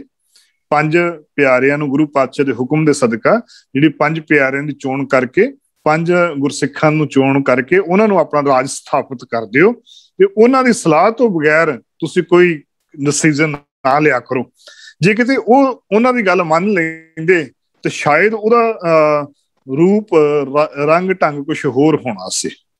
ਕੁਝ ਖਾਲਸੇ ਦਾ ਰੂਪ, ਜਿਉਂਕਿ ਉਹਨਾਂ ਨੇ ਡੋਗਰਿਆਂ ਦੀ ਵਹਿਣੀ ਬਹਿ ਕਰਕੇ ਉਹਦਾ ਨੁਕਸਾਨ ਬਹੁਤ ਜਲਦੀ, ਜਿੰਨਾ ਖਾਲਸੇ ਰਾਜ ਦਾ ਵਿਸਾਰ ਹੋਇਆ ਸੀ, ਕਿੱਥੋਂ ਜਮਰੌਦ ਤੇ ਕਿਲੇ ਤੋਂ ਲੈ ਕਰਕੇ ਤੇ ਕਿੱਥੇ ਭੂਟਾਨ ਤੱਕ ਤੇ ਕਿੱਥੇ ਨੇਪਾਲ ਤੋਂ ਲੈ ਕਰਕੇ ਅਲੀਗੜ੍ਹ ਤੱਕ ਸਾਰਾ ਖਾਲਸੇ ਰਾਜ ਸੀ। ਗੁਜਰਾਤ ਤੱਕ ਖਾਲਸੇ ਰਾਜ ਸੀ। ਇੱਧਰ ਇੰਨੀਆਂ ਵੱਡੀਆਂ ਸਰਹੱਦਾਂ ਸਨ। ਤੇ ਹੁਣ ਉਹ ਖਾਲਸੇ ਰਾਜ ਕਿੱਥੋਂ ਸਮਾਪਤ ਹੋਇਆ? ਕਿਉਂਕਿ ਉਹ ਗੁਰਮਤ ਦੇ ਅਨੁਸਾਰ, ਰਹਿਣੀ ਬਹਿਣੀ ਅਨੁਸਾਰ ਚੱਲੇ ਨਹੀਂ। ਹੁਣ ਸਾਹਿਬ ਆਖਣ ਲੱਗੇ ਕਿ ਸੁੱਖ ਕੋ ਮੰਗਿਆ ਸਭ ਕੋ, ਦੁੱਖ ਨਾ ਮੰਗਿਆ ਕੋਏ, ਸੁੱਖ ਹੈ ਕੋ ਦੁੱਖ ਅਗਲਾ, ਮਨਮੁਖ ਬੂਝ ਨਾ ਹੋਏ। ਆਦੇ ਸੁੱਖ ਸਾਰੇ ਮੰਗਦੇ ਨੇ, ਦੁੱਖ ਕੋਈ ਨਹੀਂ ਮੰਗਦਾ। ਸੁੱਖ ਹੈ ਕੋ ਦੁੱਖ ਅਗਲਾ, ਸੁੱਖ ਤੋਂ ਬਾਅਦ ਦੁੱਖ ਆਉਂਦਾ ਹੈ। ਮਨਮੁਖ ਬੂਝ ਨਾ ਹੋਏ ਅਤੇ ਮਨਮੁਖ ਇਨਸਾਨ ਉਸ ਚੀਜ਼ ਨੂੰ ਸਮਝ ਨਹੀਂ ਪਾਉਂਦਾ, ਉਸ ਚੀਜ਼ ਦੇ ਉੱਤੇ ਤੁਰ ਨਹੀਂ ਪਾਉਂਦਾ ਕਿ ਵਾਕਈ ਇਹ ਇਦਾਂ ਹੋ ਸਕਦਾ ਹੈ। ਸੁਖ ਦੁੱਖ ਸਮ ਕਰ ਜਾਣੀਐ ਸ਼ਬਦ ਭੇਦ ਸੁਖ ਹੋਏ। ਅਤੇ ਸੁੱਖ ਤੇ ਦੁੱਖ ਜਦੋਂ ਬਰਾਬਰ ਕਰਕੇ ਜਾਣਾਂਗੇ ਨਾ, ਤੇ ਉਦੋਂ ਇਹ ਭੇਦ ਕਿੱਥੋਂ ਮਿਲਣਾ? ਸ਼ਬਦ ਗੁਰੂ ਕੋਲੋਂ, ਗੁਰਬਾਣੀ ਕੋਲੋਂ। ਜਦੋਂ ਅਸੀਂ ਗੁਰਬਾਣੀ ਪੜਾਂਗੇ, ਸੁਣਾਂਗੇ, ਫਿਰ ਸਾਨੂੰ ਭੇਦ ਆ ਜਾਵੇਗਾ ਕਿ ਵਾਕਿਆ ਹੀ ਇਹ ਚੀਜ਼ਾਂ, ਇਹ ਦੁੱਖ ਸਾਨੂੰ ਜਿਹੜੇ ਨੇ ਇਹ ਕੋਈ ਸਤਾਉਣ ਵਾਸਤੇ ਨਹੀਂ ਆਉਂਦੇ, ਦੁੱਖ ਸਾਨੂੰ ਪੀੜਾ ਦੇਣ ਵਾਸਤੇ ਨਹੀਂ ਆਉਂਦੇ, ਬਲਕਿ ਸਾਨੂੰ ਸੁਚੇਤ ਕਰਨ ਵਾਸਤੇ ਆਉਂਦੇ ਆ, ਸਾਡੀ ਸਿਹਤ ਨੂੰ ਹੋਰ ਬਣਾਉਣ ਵਾਸਤੇ, ਸਿੱਧੇ ਰਸਤੇ ਤੋਰਨ ਵਾਸਤੇ ਆਉਂਦੇ ਨੇ। ਜਿਵੇਂ ਉਦਾਹਰਨ ਤੌਰ ਦੇ ਉੱਤੇ ਅਸੀਂ ਕਰੋਨਾ ਦੀ ਗੱਲ ਕਰਦੇ ਹਾਂ। ਕਰੋਨਾ ਦੀ ਮਹਾਮਾਰੀ ਆਈ, ਇਸ ਮਹਾਮਾਰੀ ਨੇ ਆਣ ਕੇ ਕੀ ਸਾਨੂੰ ਕੀ ਕੀਤਾ? ਦੁੱਖ ਤੇ ਦਿੱਤਾ ਹੈਗਾ, ਉਹ ਤੇ ਅਸੀਂ ਸਾਰੇ ਜਾਣਦੇ ਹਾਂ, ਲੇਕਿਨ ਇਹਦੇ ਨਾਲ ਉਹਨੇ ਕੁਝ ਨਾ ਕੁਝ ਸਾਨੂੰ ਸਹੂਲਤਾਂ ਸਿਹਤ ਵਾਸਤੇ, ਸੁਚੇਤ ਹੋਣ ਵਾਸਤੇ ਦਿੱਤੀਆਂ। ਤੁਸੀਂ ਸਾਫ਼ ਸਫਾਈ ਵੀ ਰੱਖਣੀ ਹੈ, ਇੱਕ ਦੂਜੇ ਤੋਂ ਡਿਸਟੈਂਸ ਵੀ ਰੱਖਣਾ ਹੈਗਾ, ਤੁਸੀਂ ਆਪਣੇ ਜੀਵਨ ਦੇ ਅੰਦਰ ਜਿਹੜੀ ਚੀਜ਼ ਖਾਣੀ ਪੀਣੀ ਆ ਬਹੁਤ ਸਾਫ਼ ਸੁਥਰੀ ਵਧੀਆ ਢੰਗ ਨਾਲ ਖਾਣੀ ਹੈ, ਕੋਈ ਮਾੜੀ ਚੀਜ਼ ਨਹੀਂ ਆਪਣੇ ਜੀਵਨ ਦੇ ਵਿੱਚ ਲੈਣੀ ਹੈਗੀ।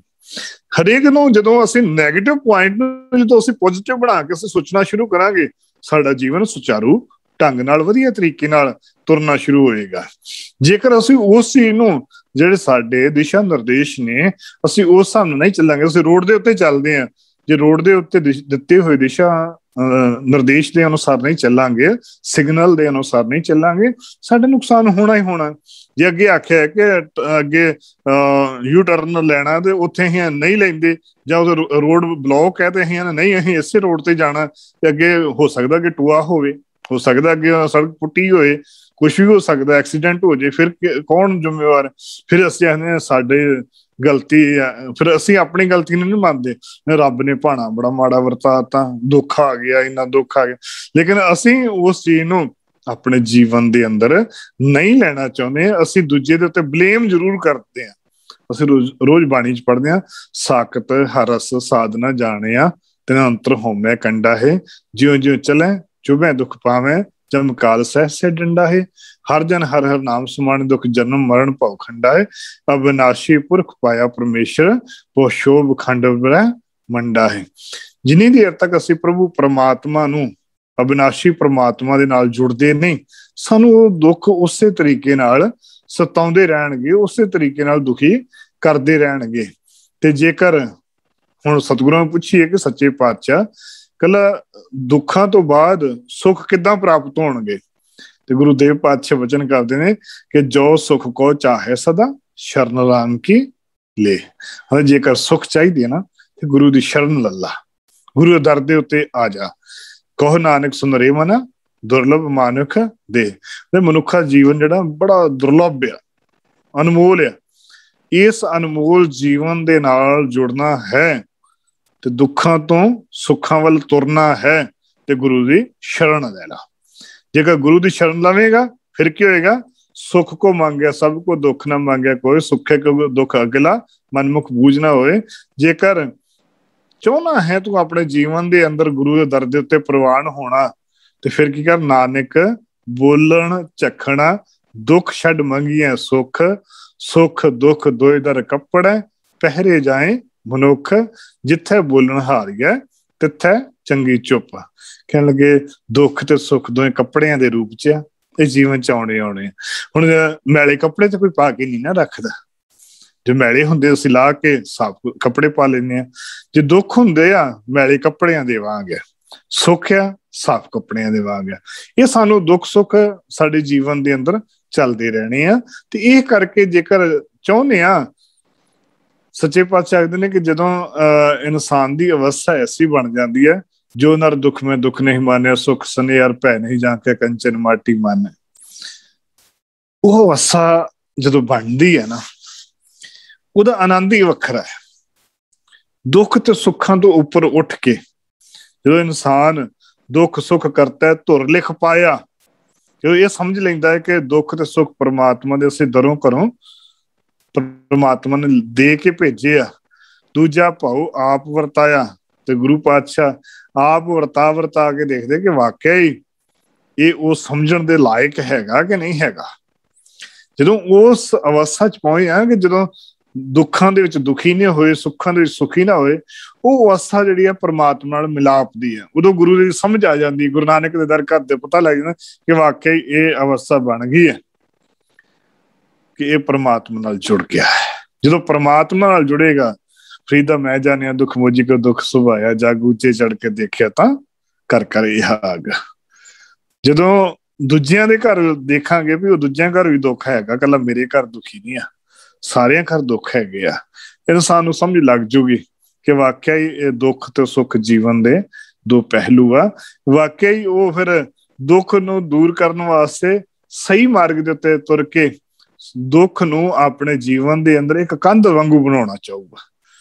ਦੁੱਖ ਇਵੇਂ ਕਰਾਂਗੇ ਕਿ ਜਿਵੇਂ ਇਵੇਂ ਕਹਿ ਲਈ ਕਿ ਸਾਨੂੰ ਸੁਚੇਤਤਾ, ਰੈਡ ਲਾਈਟ ਆ ਸਾਡਾ ਦੁੱਖ, ਜਿਹੜਾ ਸਾਡੇ ਰੈਡ ਲਾਈਟ ਆ, ਸਾਨੂੰ ਚੇਤਾ ਕਰਾਉਂਦੇ ਰਹਿੰਦੇ ਆ ਕਿ ਹਾਂ ਬਈ ਸੁਚੇਤ ਹੋ ਜਾ, ਦੁੱਖ ਆਉਣ ਵਾਲਾ ਹੀ ਹੋ, ਤੂੰ ਆਪਣੇ ਜੀਵਨ ਨੂੰ ਸੰਭਾਲ। ਹੁਣ ਹਰੇਕ ਚੀਜ਼ ਦੇ ਉੱਤੇ ਜੇਕਰ ਅਸੀਂ ਦੁੱਖ ਦੇ ਆਉਣ ਤੋਂ ਪਹਿਲਾਂ ਉਸ ਦੇ ਉੱਤੇ ਸੁਚੇਤਤਾ ਸ਼ੁਰੂ ਹੋ ਜਾਵਾਂਗੇ। ਹੁਣ ਜੇ ਪਤਾ ਹੈ ਕੋਈ ਸ਼ੂਗਰ ਆ ਤੇ ਅਸੀਂ ਜਾਣ ਬੁੱਝ ਕੇ ਸ਼ੂਗਰ ਵਾਲੀਆਂ ਚੀਜ਼ਾਂ ਖਾਵਾਂਗੇ, ਫਿਰ ਤੇ ਮਰਨਾ ਹੀ ਮਰਨਾ ਨਾ। ਜੇ ਪਤਾ ਆ ਕਿ ਸਾਨੂੰ ਸ਼ੂਗਰ ਆ, ਅਸੀਂ ਉਸ ਚੀਜ਼ ਤੋਂ ਬਚਣਾ ਪੈਣਾ। ਸਾਨੂੰ ਪਤਾ ਆ ਕਿ ਸਾਨੂੰ ਆਹ ਚੀਜ਼ਾਂ ਦੇ ਪਰਹੇਜ਼ ਕਰਨੇ ਪੈਣੇ ਆ। ਜੇ ਸਾਨੂੰ ਪਤਾ ਆ ਕਿ ਜਾਨੀ ਕਿ ਕੋਈ ਦੁੱਖ ਆ, ਕੋਈ ਇਹੋ ਜਿਹਾ ਰੋਗ ਆ, ਉਸ ਚੀਜ਼ ਦੇ ਨਾਲ ਅਸੀਂ ਇਹਨਾਂ ਚੀਜ਼ਾਂ ਨੂੰ ਬਚਾ ਰੱਖਾਂਗੇ ਤਾਂ ਅਸੀਂ ਬਚ ਸਕਦੇ ਹਾਂ। ਤੇ ਜੇ ਅਸੀਂ ਉਹੀ ਚੀਜ਼ਾਂ ਕਰਦੇ ਰਹਾਂਗੇ ਫਿਰ ਬਚਾ ਕਿੱਥੋਂ ਹੋਵੇਗਾ। ਤੇ ਸਾਹਿਬ ਕਹਿਣ ਲੱਗੇ ਸਾਡੀ ਜਿਹੜੀ ਦੇਹੀ ਹੈ ਨਾ, ਬਾਰੂ ਭੀਤ ਬਣਾਈ ਰਚਪਚ, ਰਹਿਤ ਨਹੀਂ ਦਿਨ ਚਾਰ। ਮਤਲਬ ਪਰਮਾਤਮਾ ਨੇ ਸਾਡਾ ਜਿਹੜਾ ਸਰੀਰ ਹੈ ਨਾ, ਰੇਤ ਦੀ ਕੰਧ ਦੇ ਵਾਂਗੂ ਬਣਾਇਆ ਆ। ਤੇ ਰੇਤ ਦੀ ਕੰਧ ਤੈਸੇ ਇਹ ਸੁਖ ਮਾਇਆ ਕੇ ਉਰਜ ਕਹਾਂ ਗਵਾਰ। ਕਹਿਣਗੇ ਇਹ ਉਸੇ ਤਰੀਕੇ ਨਾਲ ਸਾਡੇ ਜੀਵਨ ਦੇ ਅੰਦਰ ਜਿਹੜੇ ਸੁੱਖ ਹੈ ਨਾ, ਰੇਤ ਦੀ ਕੰਧ ਦੇ ਵਾਂਗ ਹੈ। ਇਹ ਆਉਣੇ ਨੇ, ਚੱਲ ਜਾਣੇ ਨੇ, ਪਤਾ ਨਹੀਂ ਕਿਹੜੇ ਵੇਲੇ ਢਹਿ ਢੇਰੀ ਹੋ ਜਾਣੇ ਆ। ਇਹ ਕਰਕੇ ਤੂੰ ਇਹ ਗੁਰਸਿੱਖਾ ਆਪਣੇ ਜੀਵਨ ਦੇ ਅੰਦਰ ਤੂੰ ਇੰਨੀ ਸੁਚੇਤਤਾ ਧਾਰਨ ਕਰ ਤਾਂ ਕਿ ਇਹਨਾਂ ਦੁੱਖਾਂ ਸੁੱਖਾਂ ਤੋਂ ਉੱਪਰ ਉੱਠ ਕੇ ਪਰਮਾਤਮਾ ਨਾਲ ਜੁੜਨ ਦੀ ਤਿਆਰੀ ਕਰ। ਤੇ ਉਸ ਦੇ ਵਾਸਤੇ ਕਰਨਾ ਕੀ ਪਏਗਾ? ਖੁਦ ਹੀ ਮਿਟੀ ਤਬ ਸੁਖ ਪਏ, ਮਨ ਤਨ ਪਏ ਔਰ ਰੋਗ, ਨਾਨਕ ਦ੍ਰਿਸ਼ਟੀ ਆਇਆ ਉਸ ਕਰਨੇ ਜੋਗ। ਆਪਣੇ ਆਪ ਨੂੰ ਮਿਟਾਉਣਾ ਪਵੇਗਾ। ਹੁਣ ਆਪਣੇ ਆਪ ਨੂੰ ਮਿਟਾਉਣ ਦੀ ਗੱਲ ਜਦੋਂ ਆਉਂਦੀ ਹੈ ਤੇ ਆਪਣੇ ਆਪ ਨੂੰ ਕਤਲ ਥੋੜੀ ਕਰ ਲੈਣਾ ਹੈ। ਆਪਣੇ ਆਪ ਨੂੰ ਮਿਟਾਉਣ ਤੋਂ ਭਾਵ ਹੈ ਤੇ ਆਪਾ ਭਾਵ ਸਮਰਪਿਤ ਕਰ ਦੇਣਾ। ਤੇ ਉਸੇ ਆਪੇ ਭਾਵ ਨੂੰ ਸਮਰਪਿਤ ਕਰਨ ਦੀ ਗੱਲ ਗੁਰੂ ਨਾਨਕ ਨੇ ਆਪਣੇ ਬਚਨਾਂ ਦੇ ਅੰਦਰ ਕਹੀ ਕਿ ਜੋ ਤੋ ਪ੍ਰੇਮ ਖਿਲਨ ਕਾ ਚਾਓ, ਸਿਰ ਤਰ ਤਲੀ ਗਲੀ ਮੇਰੇ ਆਓ, ਇਹ ਤਾਂ ਮਾਰਗ ਪੈ ਧਰੀਜੇ ਸਿਰ ਦੀਜੇ ਕਾਣ ਨਾ ਕੀਜੇ। ਜੇ ਮੇਰੇ ਕੋਲ ਆਉਣਾ ਆ ਤੇ ਸਿਰ ਵੱਢ ਕੇ ਤਲੀ ਦੇ ਉੱਤੇ ਰੱਖ ਕੇ ਤੇ ਫਿਰ ਮੇਰੇ ਕੋਲ ਆਓ। ਹੁਣ ਸਿਰ ਵੱਢਣ ਤੋਂ ਭਾਵ ਇਹ ਨਹੀਂ ਕਿ ਅਸੀਂ ਹੱਥ ਕਲਮ ਕਰਕੇ ਆ ਜਾਣਾ। ਸਿਰ ਵੱਢਣ ਭਾਵੇਂ ਆਪਾ ਭਾਵ ਗੁਰੂ ਦੇ ਦਰ ਦੇ ਉੱਤੇ ਵਾਰ ਕੇ, ਹਉਮੈ ਹੰਕਾਰ ਵਾਰ ਕੇ ਫਿਰ ਗੁਰੂ ਦੇ ਦਰ ਦੇ ਉੱਤੇ ਆਉਣਾ। ਤੇ ਪੰਜਵੇਂ ਨਾਨਕ ਨੇ ਵੀ ਇਹੀ ਗੱਲ ਆਖਣਾ ਕੀਤੀ ਕਿ जेकर मेरे को पहला मरण कबूल कर, जीवन की छड़िया सो सबन की रेणुका तो आओ हमारे पास। कि सारे दी चरण धूड़ हो जा ते फिर मेरे कोल आ ते मैं तेनू अपने दर ते प्रवान करांगा। जेकर मेरे दर दे उत्ते आएगा, भाई मंझ जी जदों आए सी, समा इन्हां नहीं ਜਿਹੜੀਆਂ खोल खोल के विचारां कीतियां। इतिहास साडा इतिहास वारां दे नाल गुरबाणी दे नाल बड़ा भरिया पिया। भाई मंझ जी आए सी ते उन्हां ने इक्को ही गल आखी कि सिੱਖੀ ਤੇ ਸਿੱਖੀ ਨਹੀਂ ਟਿਕਣੀ। ਭਾਵ ਕਿ ਉਹ ਐਵੇਂ ਕਹਿ ਲਈਏ ਕਿ ਦਰਗਾਹ ਨੂੰ ਪੀਰਾਂ ਨੂੰ ਮੰਨਦਾ ਸੀ। ਜਿਵੇਂ ਅੱਜ ਗੁਰਦੁਆਰਿਆਂ ਪਿੰਡਾਂ ਹਰੇਕ ਪਿੰਡ ਦੇ ਵਿੱਚ ਪੀਰਗਾਹ ਬਣੀਆਂ ਹੋਈਆਂ ਨੇ ਤੇ ਉਹਨਾਂ ਦਾ ਪੀਰਗਾਹ ਮੰਨਦਾ ਸੀ। ਕਹਿੰਦੇ ਵੀ ਪਹਿਲਾਂ ਉਹਨਾਂ ਨੂੰ ਛੱਡ ਕੇ ਆਏਗਾ ਫਿਰ ਮੇਰੇ ਦਰ ਤੇ ਆਏਗਾ ਫਿਰ ਪ੍ਰਵਾਨ ਹੋਵਾਂਗਾ। ਉਹ ਇਤਿਹਾਸ ਦੇ ਵਿੱਚ ਜਦੋਂ ਉਹ ਕਾਫੀ ਲੰਬੀ ਸਾਖੀ ਆ, ਜਦੋਂ ਉਹ ਗੁਰੂ ਦੇ ਦਰ ਦੇ ਉੱਤੇ ਆਇਆ, ਸਭ ਕੁਝ ਛੱਡ ਕੇ ਆਇਆ ਤੇ ਫਿਰ ਜਾ ਕੇ ਗੁਰੂ ਦੇ ਦਰ ਦੇ ਉੱਤੇ ਭਾਈ ਮੰਝ ਪ੍ਰਵਾਨ ਹੋਇਆ। ਤੇ ਅਖੀਰ ਜਦੋਂ ਪ੍ਰਵਾਨ ਹੋਇਆ, ਸੇਵਾ ਕੀਤੀ, ਸਿਮਰਨ ਕੀਤੇ, ਆਖਿਰਕਾਰ ਸਾਖੀ ਆਪ ਜੀ ਨੇ ਪੜ੍ਹੀ ਸੁਣੀ ਹੋਣੀ ਹੈ। ਜੋ ਖੂਹ ਦੇ ਵਿੱਚ ਡਿੱਗੇ ਸੀ, ਸਿਰ ਦੇ ਉੱਤੇ ਲੱਕੜਾਂ ਦੀ ਪੰਡ ਸੀ ਤੇ ਸੱਚੇ ਪਾਤਸ਼ਾਹ ਨੇ ਉਹਦੇ ਆਖਿਆ ਕਿ ਪੰਡ ਥੱਲੇ ਰੱਖ ਕੇ ਨਿਕਲਿਆ ਤੇ ਸੱਚੇ ਪਾਤਸ਼ਾਹ ਦੇ ਨਹੀਂ ਪਹਿਲਾਂ ਪੰਡ ਕੱਢੋ ਤੇ ਫਿਰ ਅਸੀਂ ਬਾਹਰ ਨਿਕਲਾਂਗੇ। ਪਹਿਲਾਂ ਲੱਕੜਾਂ ਦੀ ਪੰਡ ਕੱਢੀ, ਫਿਰ ਭਾਈ ਮੰਝ ਨੂੰ ਖੂਹ ਦੇ ਵਿੱਚੋਂ ਕੱਢਿਆ ਤੇ ਗੁਰੂ ਪਾਤਸ਼ਾਹ ਨੇ ਨਾਲ ਹੀ ਬਖਸ਼ਿਸ਼ ਕੀਤੀ। ਮੰਝ ਪਿਆਰਾ ਗੁਰੂ ਕਾ, ਗੁਰੂ ਮੰਝ ਪਿਆਰਾ, ਮੰਝ ਗੁਰੂ ਕਾ ਬੋਝਤਾ ਜਗ ਲੰਗੜ ਹਾਰਾ। ਇਹ ਬਖਸ਼ਿਸ਼ਾਂ ਉਦੋਂ ਆਉਣੀਆਂ ਜਦੋਂ ਮਾਣ ਨਿਮਾਣੇ ਹੋ ਕੇ ਢਹਿ ਪਵਾਂਗੇ, ਦੁੱਖਾਂ ਸੁੱਖਾਂ ਤੋਂ ਉੱਪਰ ਉੱਠ ਕੇ ਗੁਰੂ ਦੇ ਦਰ ਦੇ ਉੱਤੇ ਪ੍ਰਵਾਨ ਹੋਵਾਂਗੇ। ਫਰੀਦਾ ਦੁੱਖ ਸੁੱਖ ਇੱਕ ਕਰ, ਦਿਲ ਕੀ ਲਾਹੇ ਵਿਕਾਰ, ਅੱਲਾ ਭਾਵੈ ਸੋ ਭਲਾ, ਤਾਂ ਲੱਭੀ ਦਰਬਾਰ। ਜਦੋਂ ਪ੍ਰਮਾਤਮਾ ਦੇ ਦਰ ਦੇ ਉੱਤੇ ਪ੍ਰਵਾਨ ਹੋਵਾਂਗੇ ਤਾਂ ਜਾ ਕੇ ਪ੍ਰਵਾਨਤਾ ਹੋਣੀ ਹੈ। ਤੇ ਜਦੋਂ ਪ੍ਰਵਾਨਤਾ ਹੋਈ ਤੇ ਸੱਚੇ ਪਾਤਸ਼ਾਹ ਆਨੰਦ ਆਨੰਦ ਸਭ ਕੋ ਕਹੈ, ਆਨੰਦ ਕਹੇ ਨਾਨਕ ਗੁਰ ਤੇ, ਆਨੰਦ ਗੁਰ ਤੇ ਜਾਣਿਆ। ਸਾਰੇ ਆਨੰਦ ਨੂੰ ਆਨੰਦ ਆਨੰਦ ਕਰਦੇ ਨੇ, ਲੇਕਿਨ ਆਨੰਦ ਗੁਰੂ ਦੇ ਦੁਆਰਾ ਹੀ ਪ੍ਰਾਪਤ ਕੀਤਾ ਜਾ ਸਕਣਾ ਹੈ।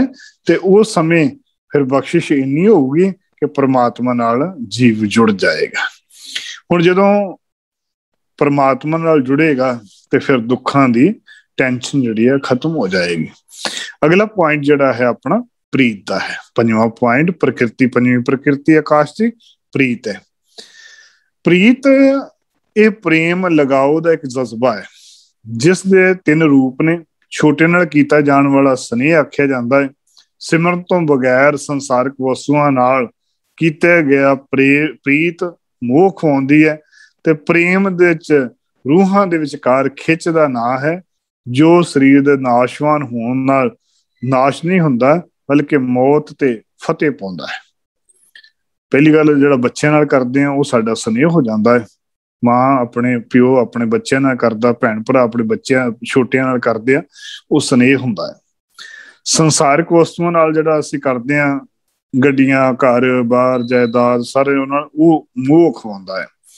ਤੇ ਜਦੋਂ ਮੌਤ ਤੋਂ ਫਤਿਹ ਪਾਉਣ ਵਾਸਤੇ ਭਾਵ ਕਿ ਜਿਹੜਾ ਪ੍ਰਮਾਤਮਾ ਨਾਲ ਇੱਕਮਿਕ ਹੋਣ ਵਾਲੀ ਜਦੋਂ ਗੱਲ ਆਉਂਦੀ ਹੈ ਤੇ ਉਸ ਸਮੇਂ ਜਿਹੜੀ ਪ੍ਰੀਤ ਪੈਂਦੀ ਹੈ ਉਹ ਪ੍ਰਮਾਤਮਾ ਨਾਲ ਜੁੜਨ ਦੀ ਆਉਂਦੀ ਹੈ। ਤੇ ਉਸ ਨੇ ਜੁੜਨ ਦੀ ਗੱਲ ਧੰਨ ਗੁਰੂ ਗੋਬਿੰਦ ਸਿੰਘ ਜੀ ਮਹਾਰਾਜ ਜੀ ਨੇ ਆਖਣਾ ਕਿ ਸਾਚ ਕਹੋ ਸੁਣ ਲਿਓ ਸਭੈ, ਜਿਨ ਪ੍ਰੇਮ ਕੀਓ ਤਿਨ ਹੀ ਪ੍ਰਭ ਪਾਇਓ। ਜਿਨ੍ਹਾਂ ਦੀ ਪ੍ਰਮਾਤਮਾ ਨਾਲ ਪ੍ਰੀਤ ਪੈ ਜਾਂਦੀ ਹੈ ਉਹ ਪ੍ਰਮਾਤਮਾ ਦੇ ਨਾਲ ਜੁੜ ਜਾਂਦੇ ਨੇ। ਜੋ ਸੁਖ ਦਰਸ਼ਨ ਪੇਖ ਤੇ ਪਿਆਰੇ, ਮੁਖ ਤੇ ਕਹੇ ਨਾ ਜਾਏ। ਜਿਹੜੇ ਪ੍ਰਮਾਤਮਾ ਨਾਲ ਪ੍ਰੀਤ ਪਾ ਲੈਂਦੇ ਆ ਉਹਨਾਂ ਨੂੰ ਬਿਆਨ ਨਹੀਂ ਕੀਤਾ ਜਾ ਸਕਦਾ। ਉਹਨਾਂ ਨਾਲ ਕਿਵੇਂ ਦੀ ਅਵਸਥਾ ਬਣਦੀ ਹੈ ਉਸ ਦੇ ਬਾਰੇ ਕੋਈ ਬਿਆਨ ਨਹੀਂ ਕਰ ਸਕਦਾ। ਉਸ ਪ੍ਰੀਤ ਨੂੰ ਸਿਰਫ ਤੇ ਸਿਰਫ ਆਨੰਦ ਦੇ ਵਿੱਚ ਮਾਣਿਆ ਜਾ ਸਕਦਾ ਹੈ। ਉਸ ਪ੍ਰੀਤ ਨੂੰ ਚੱਤੋ ਪੈਰ ਆਨੰਦ ਦੇ ਵਿੱਚ ਰਿਹਾ ਜਾ ਸਕਦਾ ਹੈ। ਸੱਚੀ ਪ੍ਰੀਤ ਪੰਧ ਦੇ ਚੱਲਦੇ ਹੋਏ ਪ੍ਰੀਤ ਮਤੇ ਪ੍ਰੇਮੀਆਂ ਅੰਦਰ ਪ੍ਰਭੂ ਦਰਸ਼ਨਾਂ ਦੀ ਤਾਂਗ ਤੀਬਰ ਹੁੰਦੀ ਹੈ। ਪ੍ਰਭੂ ਮਿਲਾਪ ਵੈਰਾਗਮਈ ਵਿਭਲਤਾ ਹੁੰਦੀ ਹੈ। ਅਭੇਦਤਾ ਤਿੱਖੀ ਪਿਆਸ ਹੁੰਦੀ ਹੈ। ਚੱਤੋ ਪਹਿਰ ਪ੍ਰੀਤਮ ਪ੍ਰਮਾਤਮਾ ਦੇ ਨਾਲ ਜੁੜਨ ਦੀ ਗੱਲ ਜੋ ਜੀਵਨ ਚ ਆਉਂਦੀ ਹੈ ਉਹ ਪ੍ਰੀਤ ਅਖਵਾਉਂਦੀ ਹੈ। ਤੇ ਪ੍ਰੀਤ ਦੇ ਅੰਦਰ ਜਿਹੜੀ ਅਵਸਥਾ ਬਣਦੀ ਹੈ, ਅਸੀਂ ਉਹ ਅਵਸਥਾ ਦੀ ਗੱਲ ਕਰਨੀ ਹੈ ਕਿ ਜਦੋਂ ਪ੍ਰੀਤ ਦੇ ਨਾਲ ਪ੍ਰਮਾਤਮਾ ਦੇ ਨਾਲ ਮਿਲਿਆ ਜਾ ਸਕਦਾ ਹੈ। ਜੋ ਤੁਮ ਦੀਵਰਾ ਤੋ ਹਮ ਬਾਤੀ, ਜੋ ਤੁਮ ਤੀਰਥ ਤੋ ਹਮ ਜਾਤੀ, ਸਾਚੀ ਪ੍ਰੀਤ ਹਮ ਤੁਮਸੇ ਜੋਰੀ, ਤੁਮਸੇ ਜੋਰ ਅਵਰ ਸੰਗ ਤੋਰੀ।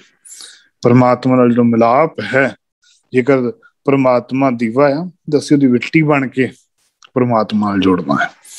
ਪ੍ਰਮਾਤਮਾ ਦੇ ਦਰ ਦੇ ਉੱਤੇ ਜੇਕਰ ਪ੍ਰਮਾਤਮਾ ਦੇ ਦਰ ਦੇ ਇੱਕ ਆਸ਼ਕੀ ਵੀ ਕਰਨੀ ਹੈ, ਗੁਰਮੁਖ ਸੱਚੀ ਆਸ਼ਕੀ, ਜਿਤ ਪ੍ਰੀਤਮ ਸੱਚਾ ਪਾਈ ਹੈ, ਅੰਦਨ ਰਹੇ ਆਨੰਦ ਨਾਨਕ ਸਹਿਜ ਸਮਾਈ ਹੈ। ਆਨੰਦ ਦੇ ਵਿੱਚ ਰਹਿਣ ਵਾਲੀ ਅਵਸਥਾ ਨੂੰ ਪ੍ਰੀਤ ਅਖਵਾਉਂਦੀ ਹੈ। ਜੇ ਉਸ ਪ੍ਰੀਤ ਦੇ ਅੰਦਰ ਹਰ ਹਰ ਮਨ ਭਇਆ ਪਰਮ ਸੁਖ ਪਾਇਆ, ਹਰ ਲਾਹਾ ਪਦ ਨਿਰਵਾਣੀ ਜੀਓ, ਹਰ ਪ੍ਰੀਤ ਲਗਾਈ ਹਰ ਨਾਮ ਸਖਾਈ, ਭਰਮ ਚੂਕਾ ਆਵਣ ਜਾਣ ਜੀਓ। ਜਦੋਂ ਪ੍ਰਮਾਤਮਾ ਦੇ ਨਾਲ ਪ੍ਰੀਤ ਪਵੇਗੀ, ਹਰ ਹਰ ਮਨ ਭਾਇਆ। ਪ੍ਰਭੂ ਪ੍ਰਮਾਤਮਾ ਹਰ ਵਕਤ ਚੰਗਾ, ਦਿਨ ਰਾਤ ਪ੍ਰਮਾਤਮਾ। ਦੇਖੋ ਇੱਕ ਚੀਜ਼ ਗੁਰਬਾਣੀ ਦੀ ਇੱਕ ਆਪ ਜੀ ਨਾਲ ਸਾਂਝੀ ਕਰ ਦੇਵਾਂ। ਗੁਰਬਾਣੀ ਦੇ ਅੰਦਰ ਕਈ ਵਾਰੀ ਸ਼ਬਦ ਵਾਹਿਗੁਰੂ ਵਾਹਿਗੁਰੂ ਵਾਹਿਗੁਰੂ ਵਾਹਿਗੁਰੂ ਜੀਓ ਆਉਂਦਾ ਸ਼ਬਦ ਆਉਂਦਾ। ਕਈ ਵਾਰੀ ਜਿਹੜਾ 3 ਵਾਰੀ ਸ਼ਬਦ ਆਉਂਦਾ ਆ ਹਰ ਹਰ ਹਰ, ਜਾਂ ਹੁਣ ਇੱਥੇ 2 ਵਾਰੀ ਆਇਆ ਹਰ ਹਰ।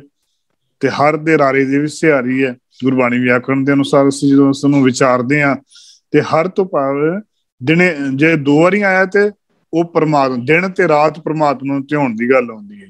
ਜੇ 3 ਵਾਰੀ ਆਉਂਦਾ ਆ ਤੇ ਉਹ ਜੀਵਨ ਦੇ ਅੰਦਰ ਬਚਪਨ ਜਵਾਨੀ ਬੁਢੇਪੇ ਵਿੱਚ ਪ੍ਰਮਾਤਮਾ ਨੂੰ ਧਿਆਉਣਾ ਹੈ। ਜੇਕਰ ਪ੍ਰਮਾਤਮਾ ਦਾ ਜ਼ਿਆਦਾ ਵਾਰੀ ਉਹ ਨਾ ਉਹੀ ਨਾ ਆਉਂਦਾ ਆ ਤੇ ਉਹੀ ਪ੍ਰਮਾਤਮਾ ਨੂੰ ਹਰ ਵਕਤ ਚੱਤੋ ਪੈਰ ਜ਼ਿਆਦਾ ਵਾਹਿਗੁਰੂ ਵਾਹਿਗੁਰੂ ਵਾਹਿਗੁਰੂ ਵਾਹਿਗੁਰੂ, ਭਾਵ ਕਿ ਹਰ ਵਕਤ ਪ੍ਰਮਾਤਮਾ ਨੂੰ ਧਿਆਉਂਦੇ ਰਹਿਣ ਦੀ ਗੱਲ ਉੱਥੇ ਸਾਹਿਬਾਂ ਨੇ ਕਰਨਾ ਕੀਤੀ ਹੈ। ਹਰ ਹਰ ਮਨ ਪਾਇਆ ਪਰਮ ਸੁਖ ਪਾਇਆ ਲਾਹਾ ਪਦ ਨਿਰਵਾਣੀ। ਜਦੋਂ ਪ੍ਰਮਾਤਮਾ ਨੂੰ ਧਿਆਉਂਦਿਆਂ ਪ੍ਰਮਾਤਮਾ ਦੇ ਦਰ ਦੇ ਉੱਤੇ ਅਸੀਂ ਪ੍ਰਵਾਨ ਹੋ ਸਕਦੇ ਹਾਂ, ਪ੍ਰਮਾਤਮਾ ਦੇ ਦਰ ਦੇ ਉੱਤੇ ਪਾਇਆ ਜਾ ਸਕਦਾ, ਪ੍ਰਮਾਤਮਾ ਨਾਲ ਜੁੜਿਆ ਜਾ ਸਕਦਾ ਹੈ। ਕਿਉਂਕਿ ਜਦੋਂ ਅਸੀਂ ਪ੍ਰੀਤ ਦੀ ਗੱਲ ਆਉਂਦੀ ਹੈ, ਦੁਨੀਆਦਾਰੀ ਦੇ ਅੰਦਰ ਜਿਹੜੇ ਵੀ ਪ੍ਰੀਤ ਪਾਉਂਦੇ ਆ, ਜਿੰਨੀ ਵੀ ਸਾਨੂੰ ਇੱਕ ਦੂਜੇ ਨਾਲ ਪ੍ਰੀਤ ਹੁੰਦੀ ਹੈ, ਸਾਹਿਬਾਂ ਜਗਤ ਮੈਂ ਝੂਠੀ ਦੇਖੀ ਪ੍ਰੀਤ, ਆਪਣੇ ਹੀ ਸੁਖ ਸਿਉ ਸਭ ਲਾਗੇ ਕਿਆ ਦਾਰਾ ਕਿਆ ਮੀਤ। ਉਹਦੇ ਸਾਰੇ ਆਪਣੇ ਹੀ ਸੁੱਖਾਂ ਕਰਕੇ ਅਸੀਂ ਇੱਕ ਦੂਜੇ ਨਾਲ ਸਾਡੀ ਪ੍ਰੀਤ ਪਈ ਹੈ। ਇੱਕ ਦੂਜੇ ਨਾਲ ਸਾਡੇ ਨਾਲ ਹੀ ਜਿਹੜੇ ਜੁੜੇ ਹੋਏ ਆ, ਅਸੀਂ ਸਿਰਫ ਤੇ ਸਿਰਫ ਆਪਣੇ ਮਤਬਲਾਂ ਵਾਸਤੇ ਜੁੜੇ ਹੋਏ ਆ। ਮੇਰੋ ਮੇਰੋ ਸਭੈ ਕਹਿਤ ਹੈ ਹਿਤ ਸਿਓ ਬਾਂਧਿਓ ਚੀਤ। ਸਾਰੇ ਅੰਦਰ ਤੂੰ ਮੇਰਾ ਹੈ, ਤੂੰ ਮੇਰਾ, ਮੇਰਾ ਭਰਾ, ਮੇਰਾ ਪੁੱਤ, ਮੇਰਾ ਧੀ, ਮੇਰਾ ਚਾਚਾ, ਮੇਰਾ ਤਾਇਆ, ਸਾਰਾ ਮੈਂ ਹੀ ਲੱਗੀ ਹੋਈ ਹੈ। ਉਹ ਸਿਰਫ ਦੁਨੀਆਦਾਰੀ ਦਿਖਾਵੇ ਦੇ ਵਾਸਤੇ। ਲੇਕਿਨ ਅੰਤ ਕਾਲ ਸੰਗੀ ਨਹੀਂ ਕੋ, ਇਹ ਅਚਰਜ ਹੈ ਰੀਤ। ਉਹਦੇ ਅਨੋਖੀ ਰੀਤ ਹੈ। ਅਖੀਰ ਵੇਲੇ ਕਿਸੇ ਨੇ ਸਹਾਇਕ ਨਹੀਂ ਆਉਣਾ। ਜਦੋਂ ਕਿਸੇ ਨੂੰ ਪੁੱਛ ਕੇ ਦੇ ਲਓ ਮੇਰੇ ਥਾਂ ਦੇ ਤੂੰ ਮਰ ਜਾ, ਤੇ ਕੋਈ ਮਰਨ ਨੂੰ ਤਿਆਰ ਨਹੀਂ ਹੋਏਗਾ। ਆਪਣੇ ਵਾਸਤੇ ਸਾਰੇ ਤਿਆਰ ਹੋ ਜਾਣਗੇ, ਤੇ ਲੇਕਿਨ ਕਿਸੇ ਦੇ ਵਾਸਤੇ ਕੋਈ ਵੀ ਕੁਛ ਕਰਨ ਨੂੰ ਤਿਆਰ ਨਹੀਂ। ਫਰੀਦਾ ਜਾਂ ਲੱਭ ਤਾਂ ਨੇ ਕਿਆ, ਲੱਭ ਤਾਂ ਕੂੜਾ ਨੇ, ਕਿਚਰ ਝੱਤ ਲੰਗਾਈ ਹੈ ਛੱਪਰ ਟੁੱਟੇ ਮੇ। ਗੁਰੂ ਬਾਬਾ ਸ਼ੇਖ ਫਰੀਦ ਜੀ ਆਖਦੇ ਨੇ ਕਿ ਪ੍ਰਭੂ ਪ੍ਰਮਾਤਮਾ ਦੀ ਬੰਦਗੀ ਕਰਦਿਆਂ ਇਹ ਵਿਜ਼ਾਨੀ ਹੋ ਜੋ ਦੁਨੀਆ ਲਾਲਚੀ ਬਣ ਜਾਂਦੀ ਹੈ। ਰੱਬ ਦਾ ਅਸਰ ਪਿਆਰ ਨਹੀਂ। ਜਦੋਂ ਕਿ ਲਾਲਚ ਹੈ, ਤੇ ਜਦੋਂ ਤੱਕ ਝੂਠਾ ਲਾਲਚ ਲੱਭ ਦੇ ਰੂਪ ਚ ਬਣ ਜਾਂਦਾ ਹੈ, ਤੇ ਜਦੋਂ ਸਿਰ ਦੇ ਉੱਤੇ ਟੁੱਟੇ ਹੋਏ ਛੱਪਰ ਦਾ ਮੀਂਹ ਪੈਂਦਿਆਂ ਕਿੰਨਾ ਕੁ ਸਮਾਂ ਛੱਤ ਦੇ ਚੋਣ ਤੋਂ ਬਗੈਰ ਨਿਕਲ ਸਕੇਗਾ। ਜਦੋਂ ਦੁਨੀਆ ਦੀ ਗਰਜ ਪੂਰੀ ਨਾ ਹੋਈ, ਤੇ ਉਸ ਸਮੇਂ ਪਿਆਰ ਟੁੱਟ ਜਾਂਦਾ ਹੈ। ਅਸਲ ਚ ਜਿਹੜਾ ਦੁਨਿਆਵੀ ਪਿਆਰ ਸਿਰਫ ਦੁਨੀਆਦਾਰੀ ਦੀ ਗਰਜ ਤੱਕ ਸੀਮਤ ਹੈ। ਜਦੋਂ ਅਸੀਂ ਦੁਨੀਆਦਾਰੀ ਦਾ ਪਿਆਰ ਗਰਜ ਤੱਕ ਰਵਾਂਗੇ, ਭਾਵ ਕਿ ਮਤਲਬ ਤੱਕ ਰਵਾਂਗੇ, ਉਹ ਪਿਆਰ ਨਹੀਂ ਰਹਿ ਜਾਏਗਾ। ਪਿਆਰ ਤੇ ਹੁੰਦਾ ਹੈ ਕਿ ਆਪ ਗਵਾਈਆ ਤਾਂ ਸ਼ੋਹ ਪਾਈਆ ਅਵਰ ਕੈਸੇ ਚਤੁਰਾਏ। ਪਿਆਰ ਤੇ ਉਦੋਂ ਪ੍ਰੀਤ ਉਦੋਂ ਬਣਨੀ ਹੈ ਜਦੋਂ ਸਿਰ ਮੰਗਿਆ ਸਿਰ ਦੇਣ ਨੂੰ ਤਿਆਰ ਹੈ। ਪਿਆਰ ਤੇ ਉਦੋਂ ਆ ਜਦੋਂ ਖੰਨੀ ਰੋਟੀ ਤੇ ਗੁਜ਼ਾਰਾ ਕਰਨਾ ਪੈਂਦਾ ਹੈ। ਪਿਆਰ ਤੇ ਜਦੋਂ ਬੰਦ ਕਟਵਾਇਆ ਜਾਂਦਾ। ਪ੍ਰੀਤ ਤੇ ਉਹ ਬਣਦੀ ਹੈ। ਪ੍ਰੀਤ ਦੀ ਜਿਹੜੀ ਮਹਿਮਾ ਜਾਂ ਵਡਿਆਈ ਹੈ, ਉਹ ਜਿਹਨੂੰ ਗੁਰਸਿੱਖਾਂ ਨੇ ਆਪਣੇ ਜੀਵਨ ਦੇ ਵਿੱਚ ਹੰਢਾ ਕੇ ਦੱਸਿਆ ਆ। ਦੁਨੀਆਦਾਰੀ ਦੇ ਤੌਰ ਦੇ ਉੱਤੇ ਦਿਖਾ ਕੇ ਨਹੀਂ ਦੱਸਿਆ, ਹੰਢਾ ਕੇ ਦੱਸਿਆ ਹੈ। ਖੋਪਰੀ ਉਤਰ ਰਹੀ ਹੈ ਕਿ ਉਸਨੇ ਕਤਲ ਕਰਵਾਏ, ਹੰਢਾ ਕੇ ਦੱਸਿਆ ਆਪਣੇ ਜੀਵਨ ਦੇ। ਰੂਹ ਦੇ ਵਾਂਗੂ ਤੁੰਬਾ ਚਰਖੜੀਆਂ ਦੇ ਉੱਤੇ ਚੜ ਕੇ ਹੋ ਗਏ। ਪਿਓ ਪੁੱਤ ਨੇ ਵੀ ਆਪਣੀ ਪ੍ਰੀਤ ਦਾ ਨਮੂਨਾ ਪੰਥ ਨੂੰ ਦੇ ਦਿੱਤਾ। ਅੱਜ ਅਸੀਂ ਉਹਨਾਂ ਨੂੰ ਯਾਦ ਕਰਦੇ ਹਾਂ, ਉਹਨਾਂ ਦੀ ਪ੍ਰੀਤ ਨੂੰ ਯਾਦ ਕਰਦੇ ਹਾਂ। ਕਿੰਨੀ ਕੁ ਪ੍ਰੀਤ ਪ੍ਰਮਾਤਮਾ ਨਾਲ ਹੋਈ ਹੋਏਗੀ, ਕਿੰਨੀ ਕੁ ਪ੍ਰੀਤ ਹੋਈ ਹੋਏਗੀ ਜਦੋਂ ਉਹਨਾਂ ਨੇ ਇੱਕ ਵਾਰੀ ਵੀ ਧੀਆਂ ਪੁੱਤਾਂ ਨੂੰ ਰੋਕਿਆ ਨਹੀਂ ਸ਼ਹਾਦਤਾਂ ਦੇਣ ਵਾਸਤੇ। ਕਿੰਨੀ ਕੁ ਪ੍ਰੀਤ ਪ੍ਰਮਾਤਮਾ ਨਾਲ ਹੋਏਗੀ ਉਹਨਾਂ ਦੀ। ਹੁਣ ਸਾਹਿਬ ਉਹੀ ਗੱਲ ਸਾਨੂੰ ਸਮਝਾਉਂਦੇ ਨੇ ਕਿ ਜੇਕਰ ਸਾਡਾ ਲੱਭ ਤੱਕ, ਨੇਹ ਤੱਕ, ਕੂੜ ਤੱਕ ਸਾਡਾ ਸਨੇਹ ਹੈ, ਤੇ ਉਹ ਝੂਠਾ ਹੈ ਸਨੇਹ, ਉਹ ਦਿਖਾਵੇ ਮਾਤਰ ਹੈ। ਜੇਕਰ ਪ੍ਰਮਾਤਮਾ ਨਾਲ ਸਨੇਹ ਪਾਉਣਾ ਹੈ, ਪ੍ਰੀਤ ਪਾਉਣੀ ਹੈ, ਤੇ ਉਹ ਵਿਖਾਵੇ ਵਾਲਾ ਕੰਮ ਨਹੀਂ ਕਰਨਾ ਪੈਣਾ। ਗੁਰਮੁਖ ਨਾਲ ਸੰਭਾਲ, ਨਾਮ ਸੰਭਾਲ ਪ੍ਰਾਣੀ, ਅੰਤੇ ਹੋਏ ਸਖਾਈ। ਜੇ ਪ੍ਰੀਤ ਪਾਉਣੀ ਹੈ ਨਾ, ਗੁਰਮੁਖਾਂ ਦੇ ਨਾਲ ਪ੍ਰੀਤ ਪਾਉਣੀ ਹੈ ਨਾ, ਤੇ ਫਿਰ ਜਿਹੜੀ ਪ੍ਰੀਤ ਪਾਵੇਂਗਾ ਉਹ ਅੰਤ ਤੱਕ ਤੇਰੀ ਸਹਾਇਕ ਹੋਏਗੀ। ਤੇਰੀ ਇੱਥੇ ਵੀ ਪ੍ਰੀਤ ਪ੍ਰਮਾਤਮਾ ਦੇ ਤਾਂ ਹੀ ਵੀ ਹੋਏਗੀ, ਤੇ ਇੱਥੇ ਲੋਕ ਦੇ ਵਿੱਚ ਹੀ ਤੇ ਪਰਲੋਕ ਦੇ ਵਿੱਚ ਹੀ ਤੇਰੀ ਹਰ ਥਾਂ ਦੇ ਉੱਤੇ ਸਹਾਇਕ ਹੋਏਗੀ। ਜੇਕਰ ਤੂੰ ਬਾਹਰੀ ਤੌਰ ਦੇ ਉੱਤੇ ਕੇਵਲ ਤੇ ਕੇਵਲ ਲੋਕ ਦਿਖਾਵੇ ਵਾਸਤੇ ਪ੍ਰੀਤ ਪਾਵੇਂਗਾ, ਤੇ ਉਹਦੇ ਘੜੀ ਨਹੀਂ ਪਲ ਟੁੱਟਣ ਲੱਗਿਆ ਨਹੀਂ ਲੱਗਣੀ। ਦੇਖੋ ਗੁਰੂ ਪਾਤਸ਼ਾਹ ਗੁਰਸਿੱਖ ਧਰਮ ਦੇ ਅੰਦਰ ਜਦੋਂ ਗੁਰਮਤਿ ਸਿਧਾਂਤਾਂ ਨੂੰ ਅਸੀਂ ਦੇਖਦੇ ਹਾਂ ਨਾ, ਤੇ ਉਸ ਸਮੇਂ ਪ੍ਰੀਤ ਪਾਉਣ ਵਾਲਿਆਂ ਵਾਸਤੇ ਵੀ ਤੇ ਟੁੱਟਣ ਵਾਲਿਆਂ ਵਾਸਤੇ ਵੀ ਬੜੀਆਂ ਉਦਾਹਰਨਾਂ ਆਉਂਦੀਆਂ ਨੇ। ਇੱਕ ਛੋਟੀ ਜਿਹੀ ਸਾਖੀ ਮੈਂ ਆਪ ਜੀ ਨੂੰ ਸਾਂਝੀ ਕਰਦਾ। ਕਾਬਲ ਤੋਂ ਸਿੱਖ ਸੰਗਤ ਆਈ ਸੀ, ਤੇ ਉਹ ਸ਼ਬਦ ਪੜ੍ਹਦਿਆਂ ਹੋਇਆਂ ਵੈਰਾਗਮਈ ਬੜੇ ਸ਼ਬਦ ਪੜ੍ਹਦੇ ਸੀ, ਸ਼ਾਇਦ ਆਪ ਨੇ ਸੁਣੀ ਹੋਏ। ਜਦੋਂ 10ਵੇਂ ਪਾਤਸ਼ਾਹ ਦਰ ਤੇ ਅਨੰਦਪੁਰ ਸਾਹਿਬ ਦੀ ਧਰਤੀ ਦੇ ਉੱਤੇ ਸ਼ਬਦ ਪੜ੍ਹਦੇ ਆਏ ਤੇ ਗੁਰੂ ਪਾਤਸ਼ਾਹ ਦਰ ਤੇ ਸਿੱਖਾਂ ਨੇ ਬੇਨਤੀ ਕੀਤੀ, ਸੱਚੇ ਪਾਤਸ਼ਾਹ ਇਹ ਜਥਾ 4-5 ਭਰਾਵਾਂ ਦਾ ਜਥਾ ਆ ਤੇ ਬਹੁਤ ਵੈਰਾਗਮਈ ਕੀਰਤਨ ਕਰਦੇ ਆ, ਤੇ ਤੁਸੀਂ ਇਹਨਾਂ ਨੂੰ ਇੱਕ ਵਾਰੀ ਮੌਕਾ ਦਿਓ, ਆਸਾ ਦੀ ਵਾਰ ਦੀ ਹਾਜ਼ਰੀ ਭਰਾਓ। ਸੱਚੇ ਪਾਤਸ਼ਾਹ ਨੇ ਆਖਿਆ ਕਿ ਠੀਕ ਹੈ, ਤੁਸੀਂ ਭਰੋ ਹਾਜ਼ਰੀ। ਅਗਲੇ ਅੰਮ੍ਰਿਤ ਵੇਲਾ ਹੋਇਆ, ਹਾਜ਼ਰੀ ਭਰਾਈ, ਉਹਨੇ ਬੜਾ ਭਿੱਜ ਕੇ ਆਸਾ ਦੀ ਵਾਰ ਦਾ ਕੀਰਤਨ ਕੀਤਾ। ਅੱਖਾਂ ਚੋਂ ਅਥਰੂ ਵਹਿ ਵਹਿ ਕੇ ਉਹਨਾਂ ਨੇ ਵੈਰਾਗਮਈ ਸ਼ਬਦ ਪੜ੍ਹੇ।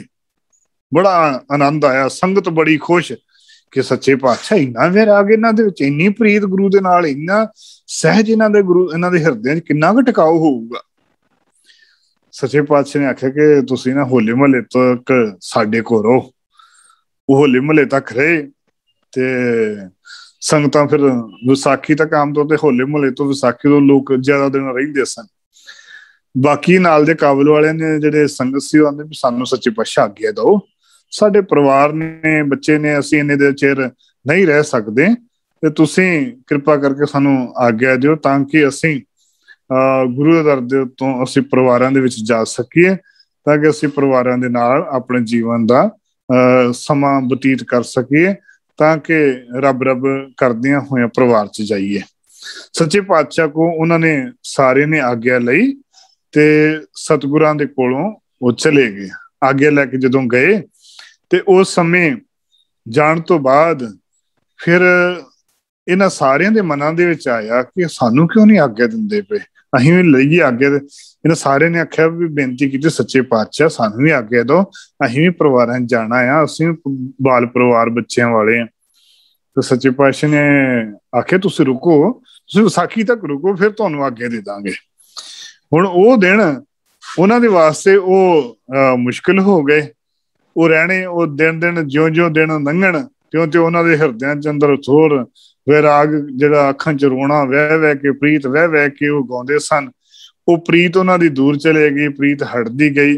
ਫਿਰ ਉਹਨਾਂ ਦੇ ਮਨ ਦੇ ਵਿੱਚ ਇਵੇਂ ਆਇਆ ਕਿ ਹੌਲੀ ਹੌਲੀ ਗੁਰੂ ਕੋਲੋਂ ਆਗਿਆ, ਰੋਜ਼ ਦੂਜੇ ਤੀਜੇ ਦਿਨ ਆਖਰ ਸੱਚੇ ਪਾਤਸ਼ਾਹ ਸਾਨੂੰ ਆਗਿਆ ਦਿਓ, ਸਾਨੂੰ ਜਾਣ ਦਿਓ, ਅਸੀਂ ਪਰਿਵਾਰ ਬੱਚਿਆਂ ਕੋਲ ਜਾਣਾ ਹੈ। ਸੱਚੇ ਪਾਤਸ਼ਾਹ ਫਿਰ ਆਖਿਆ ਵੀ ਨਹੀਂ, ਤੁਸੀਂ ਅਜੇ ਰੁਕੋ, ਫਿਰ ਜਦੋਂ ਸਮਾਂ ਮਿਲੂਗਾ ਤੇ ਅਸੀਂ ਤੁਹਾਨੂੰ ਭੇਜ ਦਿਆਂਗੇ, ਕੋਈ ਐਸੀ ਗੱਲ ਨਹੀਂ ਹੈਗੀ, ਤੇ ਜਿੰਨੀ ਤੁਸੀਂ ਭੇਟਾ ਲੈਣੀ ਲੈ ਲਓ, ਅਸੀਂ ਤੁਹਾਨੂੰ ਦੇਵਾਂਗੇ। ਲੇਕਿਨ ਹੌਲੀ ਹੌਲੀ ਕੁਝ ਦਿਨਾਂ ਦੇ ਵਿੱਚ ਹੀ ਉਹਨਾਂ ਦੇ ਅੱਖਾਂ ਦੇ ਅਥਰੂ ਜਿਹੜੇ ਵਹਿੰਦੇ ਸਨ ਅਲੋਪ ਹੋ ਗਏ। ਸੱਚੇ ਪਾਤਸ਼ਾਹ ਜਾਣੀ ਜਾਣ ਸਨ ਕਿ ਇਹ ਵੈਰਾਗ ਨਹੀਂ ਹੈ, ਇਹ ਬਾਹਰੀ ਤੌਰ ਦੇ ਉੱਤੇ ਲੋਕ ਦਿਖਾਵੇ ਵਾਸਤੇ ਇਹ ਚੀਜ਼ ਕਰਦੇ ਪਏ ਆ। ਫਿਰ ਅਖੀਰ ਵਿਸਾਖੀ ਵੀ ਲੰਘੀ, ਫਿਰ ਸੱਚੇ ਪਾਤਸ਼ਾਹ ਨੇ ਰੋਕ ਲਿਆ, ਤੁਸੀਂ ਥੋੜੇ ਦਿਨ ਹੋਰ ਰੁਕ ਜਾਓ, ਫਿਰ ਵਿਸਾਖੀ ਤੋਂ ਬਾਅਦ ਚੱਲ ਜਾਓ, ਤੁਸੀਂ ਥੋੜੇ ਦਿਨ ਹੋਰ ਰੁਕੋ। ਇਹਨਾਂ ਜਦੋਂ ਗੱਲ ਨਾ ਬਣੀ ਤੇ ਇਹਨਾਂ ਨੇ ਕੀ ਕੀਤਾ ਕਿ 4 ਜਣੇ ਨੇ ਆਖਿਆ ਵੀ ਏਦਾਂ ਕਰੀਏ ਕਿ ਅਸੀਂ ਫੂੜੀ ਬਣਾਈਏ, ਤੇ ਫੂੜੀ ਬਣਾ ਕੇ ਤੇ ਬਾਹਰ ਸਤਲੁਜ ਦੇ ਦਰਿਆ ਦੇ ਕੰਢੇ ਜਾ ਕੇ ਆਖਾਂ ਜੇ ਕੋਈ ਪੁੱਛੂਗਾ ਤਾਂ ਆਪਾਂ ਸੰਸਕਾਰ ਕਰਨ ਚੱਲਦੇ ਆ, ਭਰਾ ਸਾਡਾ ਮਰ ਗਿਆ ਤੇ ਅਸੀਂ ਸੰਸਕਾਰ ਕਰਨ ਚੱਲੇ ਤੇ ਅੱਗੇ ਉੱਥੋਂ ਸੁੱਟ ਕੇ ਫੂੜੀ ਦੇ ਗਾਹ ਨਿਕਲ ਜਾਵਾਂਗੇ। ਇਹਨੇ ਏਦਾਂ ਕੀਤਾ, ਇੱਕ ਨੂੰ ਫੂੜੀ ਦੇ ਉੱਤੇ ਲੰਮੇ ਪਾ ਲਿਆ, ਸ਼ਮਸ਼ਾਨ ਘਾਟ ਦੇ ਰੂਪ ਚ ਲੈ ਕੇ ਜਾਂਦੇ ਪਏ ਨੇ। ਜਦੋਂ ਉੱਥੇ ਗਏ ਤੇ ਸੱਚੇ ਪਾਤਸ਼ਾਹ ਕਿਲੇ ਦੇ ਉੱਤੇ ਖਲੋਤੇ ਸਨ ਤੇ ਆਖਿਆ ਵੀ ਸਾਡੇ ਨਗਰ ਦਾ ਕਿਹੜਾ ਸਿੰਘ ਚੜਾਈ ਕਰ ਗਿਆ, ਉਹਨੂੰ ਦੇਖੋ ਕੌਣ ਹੈ। ਤੇ ਸੱਚੇ ਪਾਤਸ਼ਾਹ ਨੇ ਜਾ ਕੇ ਆਖਿਆ ਕਿ ਸੱਚੇ ਪਾਤਸ਼ਾਹ ਜਿਹੜੇ ਗੁਰਸਿੱਖ ਕੀਰਤਨ ਕਰਦੇ ਉਹਨਾਂ ਦੇ ਵਿੱਚੋਂ ਇੱਕ ਭਰਾ ਉਹਨਾਂ ਦਾ ਚੜਾਈ ਕਰ ਗਿਆ ਆ। ਸੱਚੇ ਪਾਤਸ਼ਾਹ ਆਪ ਆਂਦੇ ਲਿਆਓ ਲੱਕੜਾਂ, ਅਸੀਂ ਆਪ ਸੰਸਕਾਰ ਆਪਣੇ ਹੱਥੀਂ ਕਰਾਂਗੇ। ਜਦੋਂ ਇਹ ਗੱਲ ਹੋਈ ਤੇ ਸੱਚੇ ਪਾਤਸ਼ਾਹ ਉੱਥੇ ਗਏ। ਸੱਚੇ ਪਾਤਸ਼ਾਹ ਦੇ ਆਖੇ ਵੀ ਜਿੱਦਾਂ ਸਾਡੇ ਉਹਨਾਂ ਨੇ ਐਕਟਿੰਗ ਕੀਤੀ ਵੀ ਪੂਰੀ ਵੀ ਚੜਾਈ ਕਰ ਗਿਆ। ਸੱਚੇ ਪਾਤਸ਼ਾਹ ਆਪ ਚਿਖਾ ਚਣੀ, ਚਿਖਾ ਚਣ ਤੋਂ ਬਾਅਦ ਸੱਚੇ ਪਾਤਸ਼ਾਹ ਨੇ ਆਪਣੇ ਹੱਥੀ ਜਦੋਂ ਲਾਂਬੂ ਲਾਉਣ ਲੱਗੇ ਤੇ ਉਹ ਜੋ ਸੇਕ ਲੱਗਾ ਤੇ ਬੁੜਕ ਕੇ ਉੱਠ ਗਿਆ ਤੇ ਆਖਣ ਲੱਗਾ ਕਿ ਨਹੀਂ, ਮੈਂ ਤੇ ਅਸੀਂ ਤਾਂ ਝੂਠ ਬੋਲ ਕੇ ਨਾਲੋਂ ਨਿਕਲਣਾ ਚਾਹੁੰਦੇ ਹਾਂ। ਅਸਲੀਅਤ, ਉਹਨਾਂ ਦੀ ਅਸਲੀਅਤ ਸਾਹਮਣੇ ਆ ਗਈ। ਤੇ ਸੱਚੇ ਪਾਤਸ਼ਾਹ ਨੇ ਉਹਨਾਂ ਆਖਿਆ ਭੋਲਿਓ, ਜਿਹੜੀ ਗੱਲ ਪ੍ਰੀਤ ਜਿਹੜੀ ਹੈ ਨਾ, ਇਹ ਦਿਖਾਵੇ ਦੀ ਨਹੀਂ ਪ੍ਰੀਤ ਹੁੰਦੀ। ਪ੍ਰੀਤ ਪਾਇਆ ਹੀ ਹੁੰਦੀ ਆ। ਪ੍ਰੀਤ ਜਿਹੜੀ ਉਹ ਦਿਲੋਂ ਨਿਕਲਣੀ ਆ, ਕੋਈ ਬਾਹਰੀ ਤੌਰ ਦੇ ਉੱਤੇ ਪ੍ਰੀਤ ਦਾ ਜਜ਼ਬਾ ਨਹੀਂ ਹੈ। ਪ੍ਰੀਤ ਹਿਰਦੇ ਦੇ ਵਿੱਚੋਂ ਪ੍ਰੇਮ ਜਿਹੜਾ ਹੈਗਾ ਆ ਉਹ ਪੈਦਾ ਹੋਏਗਾ ਤਾਂ ਗੱਲ ਬਣਨੀ ਹੈ। ਲੋਕ ਦਿਖਾਵੇ ਵਾਸਤੇ ਜਿਹੜੀਆਂ ਪ੍ਰੀਤਾਂ ਕਰਦੇ ਹੋ, ਇਹ ਸਿਰਫ ਧੰਦਾ ਆ। ਇਹ ਸਿਰਫ ਕੇਵਲ ਤੇ ਕੇਵਲ ਇਹ ਧੰਦੇ ਵਾਸਤੇ ਪ੍ਰੀਤ ਨਾ ਕਰੋ। ਮਨ ਏਕ ਮੇਰੇ ਮਨ ਇੱਕ ਸਿਉ ਚਿਤ ਲਾਏ, ਇੱਕ ਬਿਨ ਸਭ ਧੰਦ ਹੈ ਸਭ ਮਿਥਿਆ ਮੋਹ ਮਾਏ। ਇੱਕ ਪ੍ਰਮਾਤਮਾ ਤੋਂ ਬਗੈਰ जिन्ना भी असी भज दौड़ कर लवांगे, जिन्ने भी असी मोह माया दे विच पावांगे, सिर्फ धंध है, अंधकार है, हनेरा है। अविनाशी प्रभु मन में राख, मान की तो प्रीत त्याग। अविनाशी प्रभु परमात्मा नाल जुड़ ते मनुखां दे नाल जिहड़ी प्रीत तेरी घट जावेगी। जदों परमात्मा नाल प्रीत पएगी, गुरमत मन समझाया लागा तिसै प्यार, नानक साच ना विसरै मेले शब्द अपार। जो शब्द दे द्वारा परमात्मा मिलेगा ना, तेरे हृदय दे विचों परमात्मा दे नाल प्रीत पै जाऊगी। जो प्रीत पऊगी फिर की होएगा, जिन गुण तिन सद मन वसै, अवगुण अंतियां दूर। जो गुण वसने शुरू होणगे, अवगुण साडे दूर होने शुरू हो गए, ते फिर परमात्मा नाल प्रीत पवेगी। गुरबाणी च अनेक प्रमाण होंदे ने। रे मन ऐसी हरसों प्रीत कर जैसी जल कमले, जां रे मन ऐसी हरसों प्रीत कर जैसी मछली नीर, रे मन ऐसी हरसों प्रीत जैसी चातरक मेह, रे मन ऐसी हरसों प्रीत कर जैसी जल दुध होए। इत्यादि के अनेक प्रमाण ऐसे मिल जाते हैं। उदाहरणा दे दे के समझाया है कि जिवें मच्छी दी पानी नाल प्रीत है, जल दी कमल दे नाल प्रीत है, कमल चातरक दी पपीहे दे नाल प्रीत है, जे दुध दे नाल पानी दी प्रीत है, चकवी दी सूरज दे नाल प्रीत है। कहंगे जेकर प्रीत पाउणी है ते इहो जी प्रीत पा जिहदे नाल मतलब ना होवे, जिहदे विच ते सिर्फ आप गवाई है तां शहो पाई है और किसी चुतराई, जिहदे विच आपा भाव गुरु दे अगे अर्पण कर दईए, कुछ मंगना ना पवे। उत्थे ते बस तू करता तू हुआ मुझ में रहा न हूं, जब आपा पर का मिट गया जत पेखूं तत तू। प्रीत पाउणी है तो सब कुछ उहदे वास्ते छड्डना पैना है, उहदे वास्ते परमात्मा वास्ते छड्डना पैना, आपा आप त्यागना पैना। अपना त्यागण तो भावे उहनूं कोई साडी लोड़ नहीं है, सानू उहदी लोड़ है। साडे हिरदे दे अंदर जदों प्रीत पऊगी, साडे हिरदे दे अंदर वैराग पऊगा तो वह बख्शिशां करूगा। उहनूं तो साडे कोल कोई चाहीदा ही नहीं है। परमात्मा नूं साडे कोल कोई चीज नहीं चाहिदी, परमात्मा सानू दवेगा। मतलब जे तू मेरा होए रहेगा सब जग तेरा होए, तू मेरा हो के ते वेख, मैं तेनों सारा कुछ दवांगा, जो मांगे ठाकुर अपने ते सोई सोई दे। वो देण नूं तैयार बैठा है, बस वो सिर्फ एक आना है, जे तू मेरा होए रहे सब जग तेरा है। मेरा पुत बन के, मेरी धी बन के मेरे कोल आ जा। रोज आवाजा मारदा है, आवो सिख सतगुरु के प्यारियो, गावो सच्ची बाणी। रोज आवाजा मारदा पिया कि मेरे पुत धी मेरे कोल आ जा, चल के मेरे कोल आ जा, मेरे कोल दर ते आया कर, मैनूं होर तेरे कोल कुछ नहीं चाहिदा। ते जदों गुरु दे नाल ये भावना रख के तुरांगे ते गुरु इन्नियां क बख्शिशां करेगा कि जिन्हां दा पारावार ही नहीं पाया जा सकदा।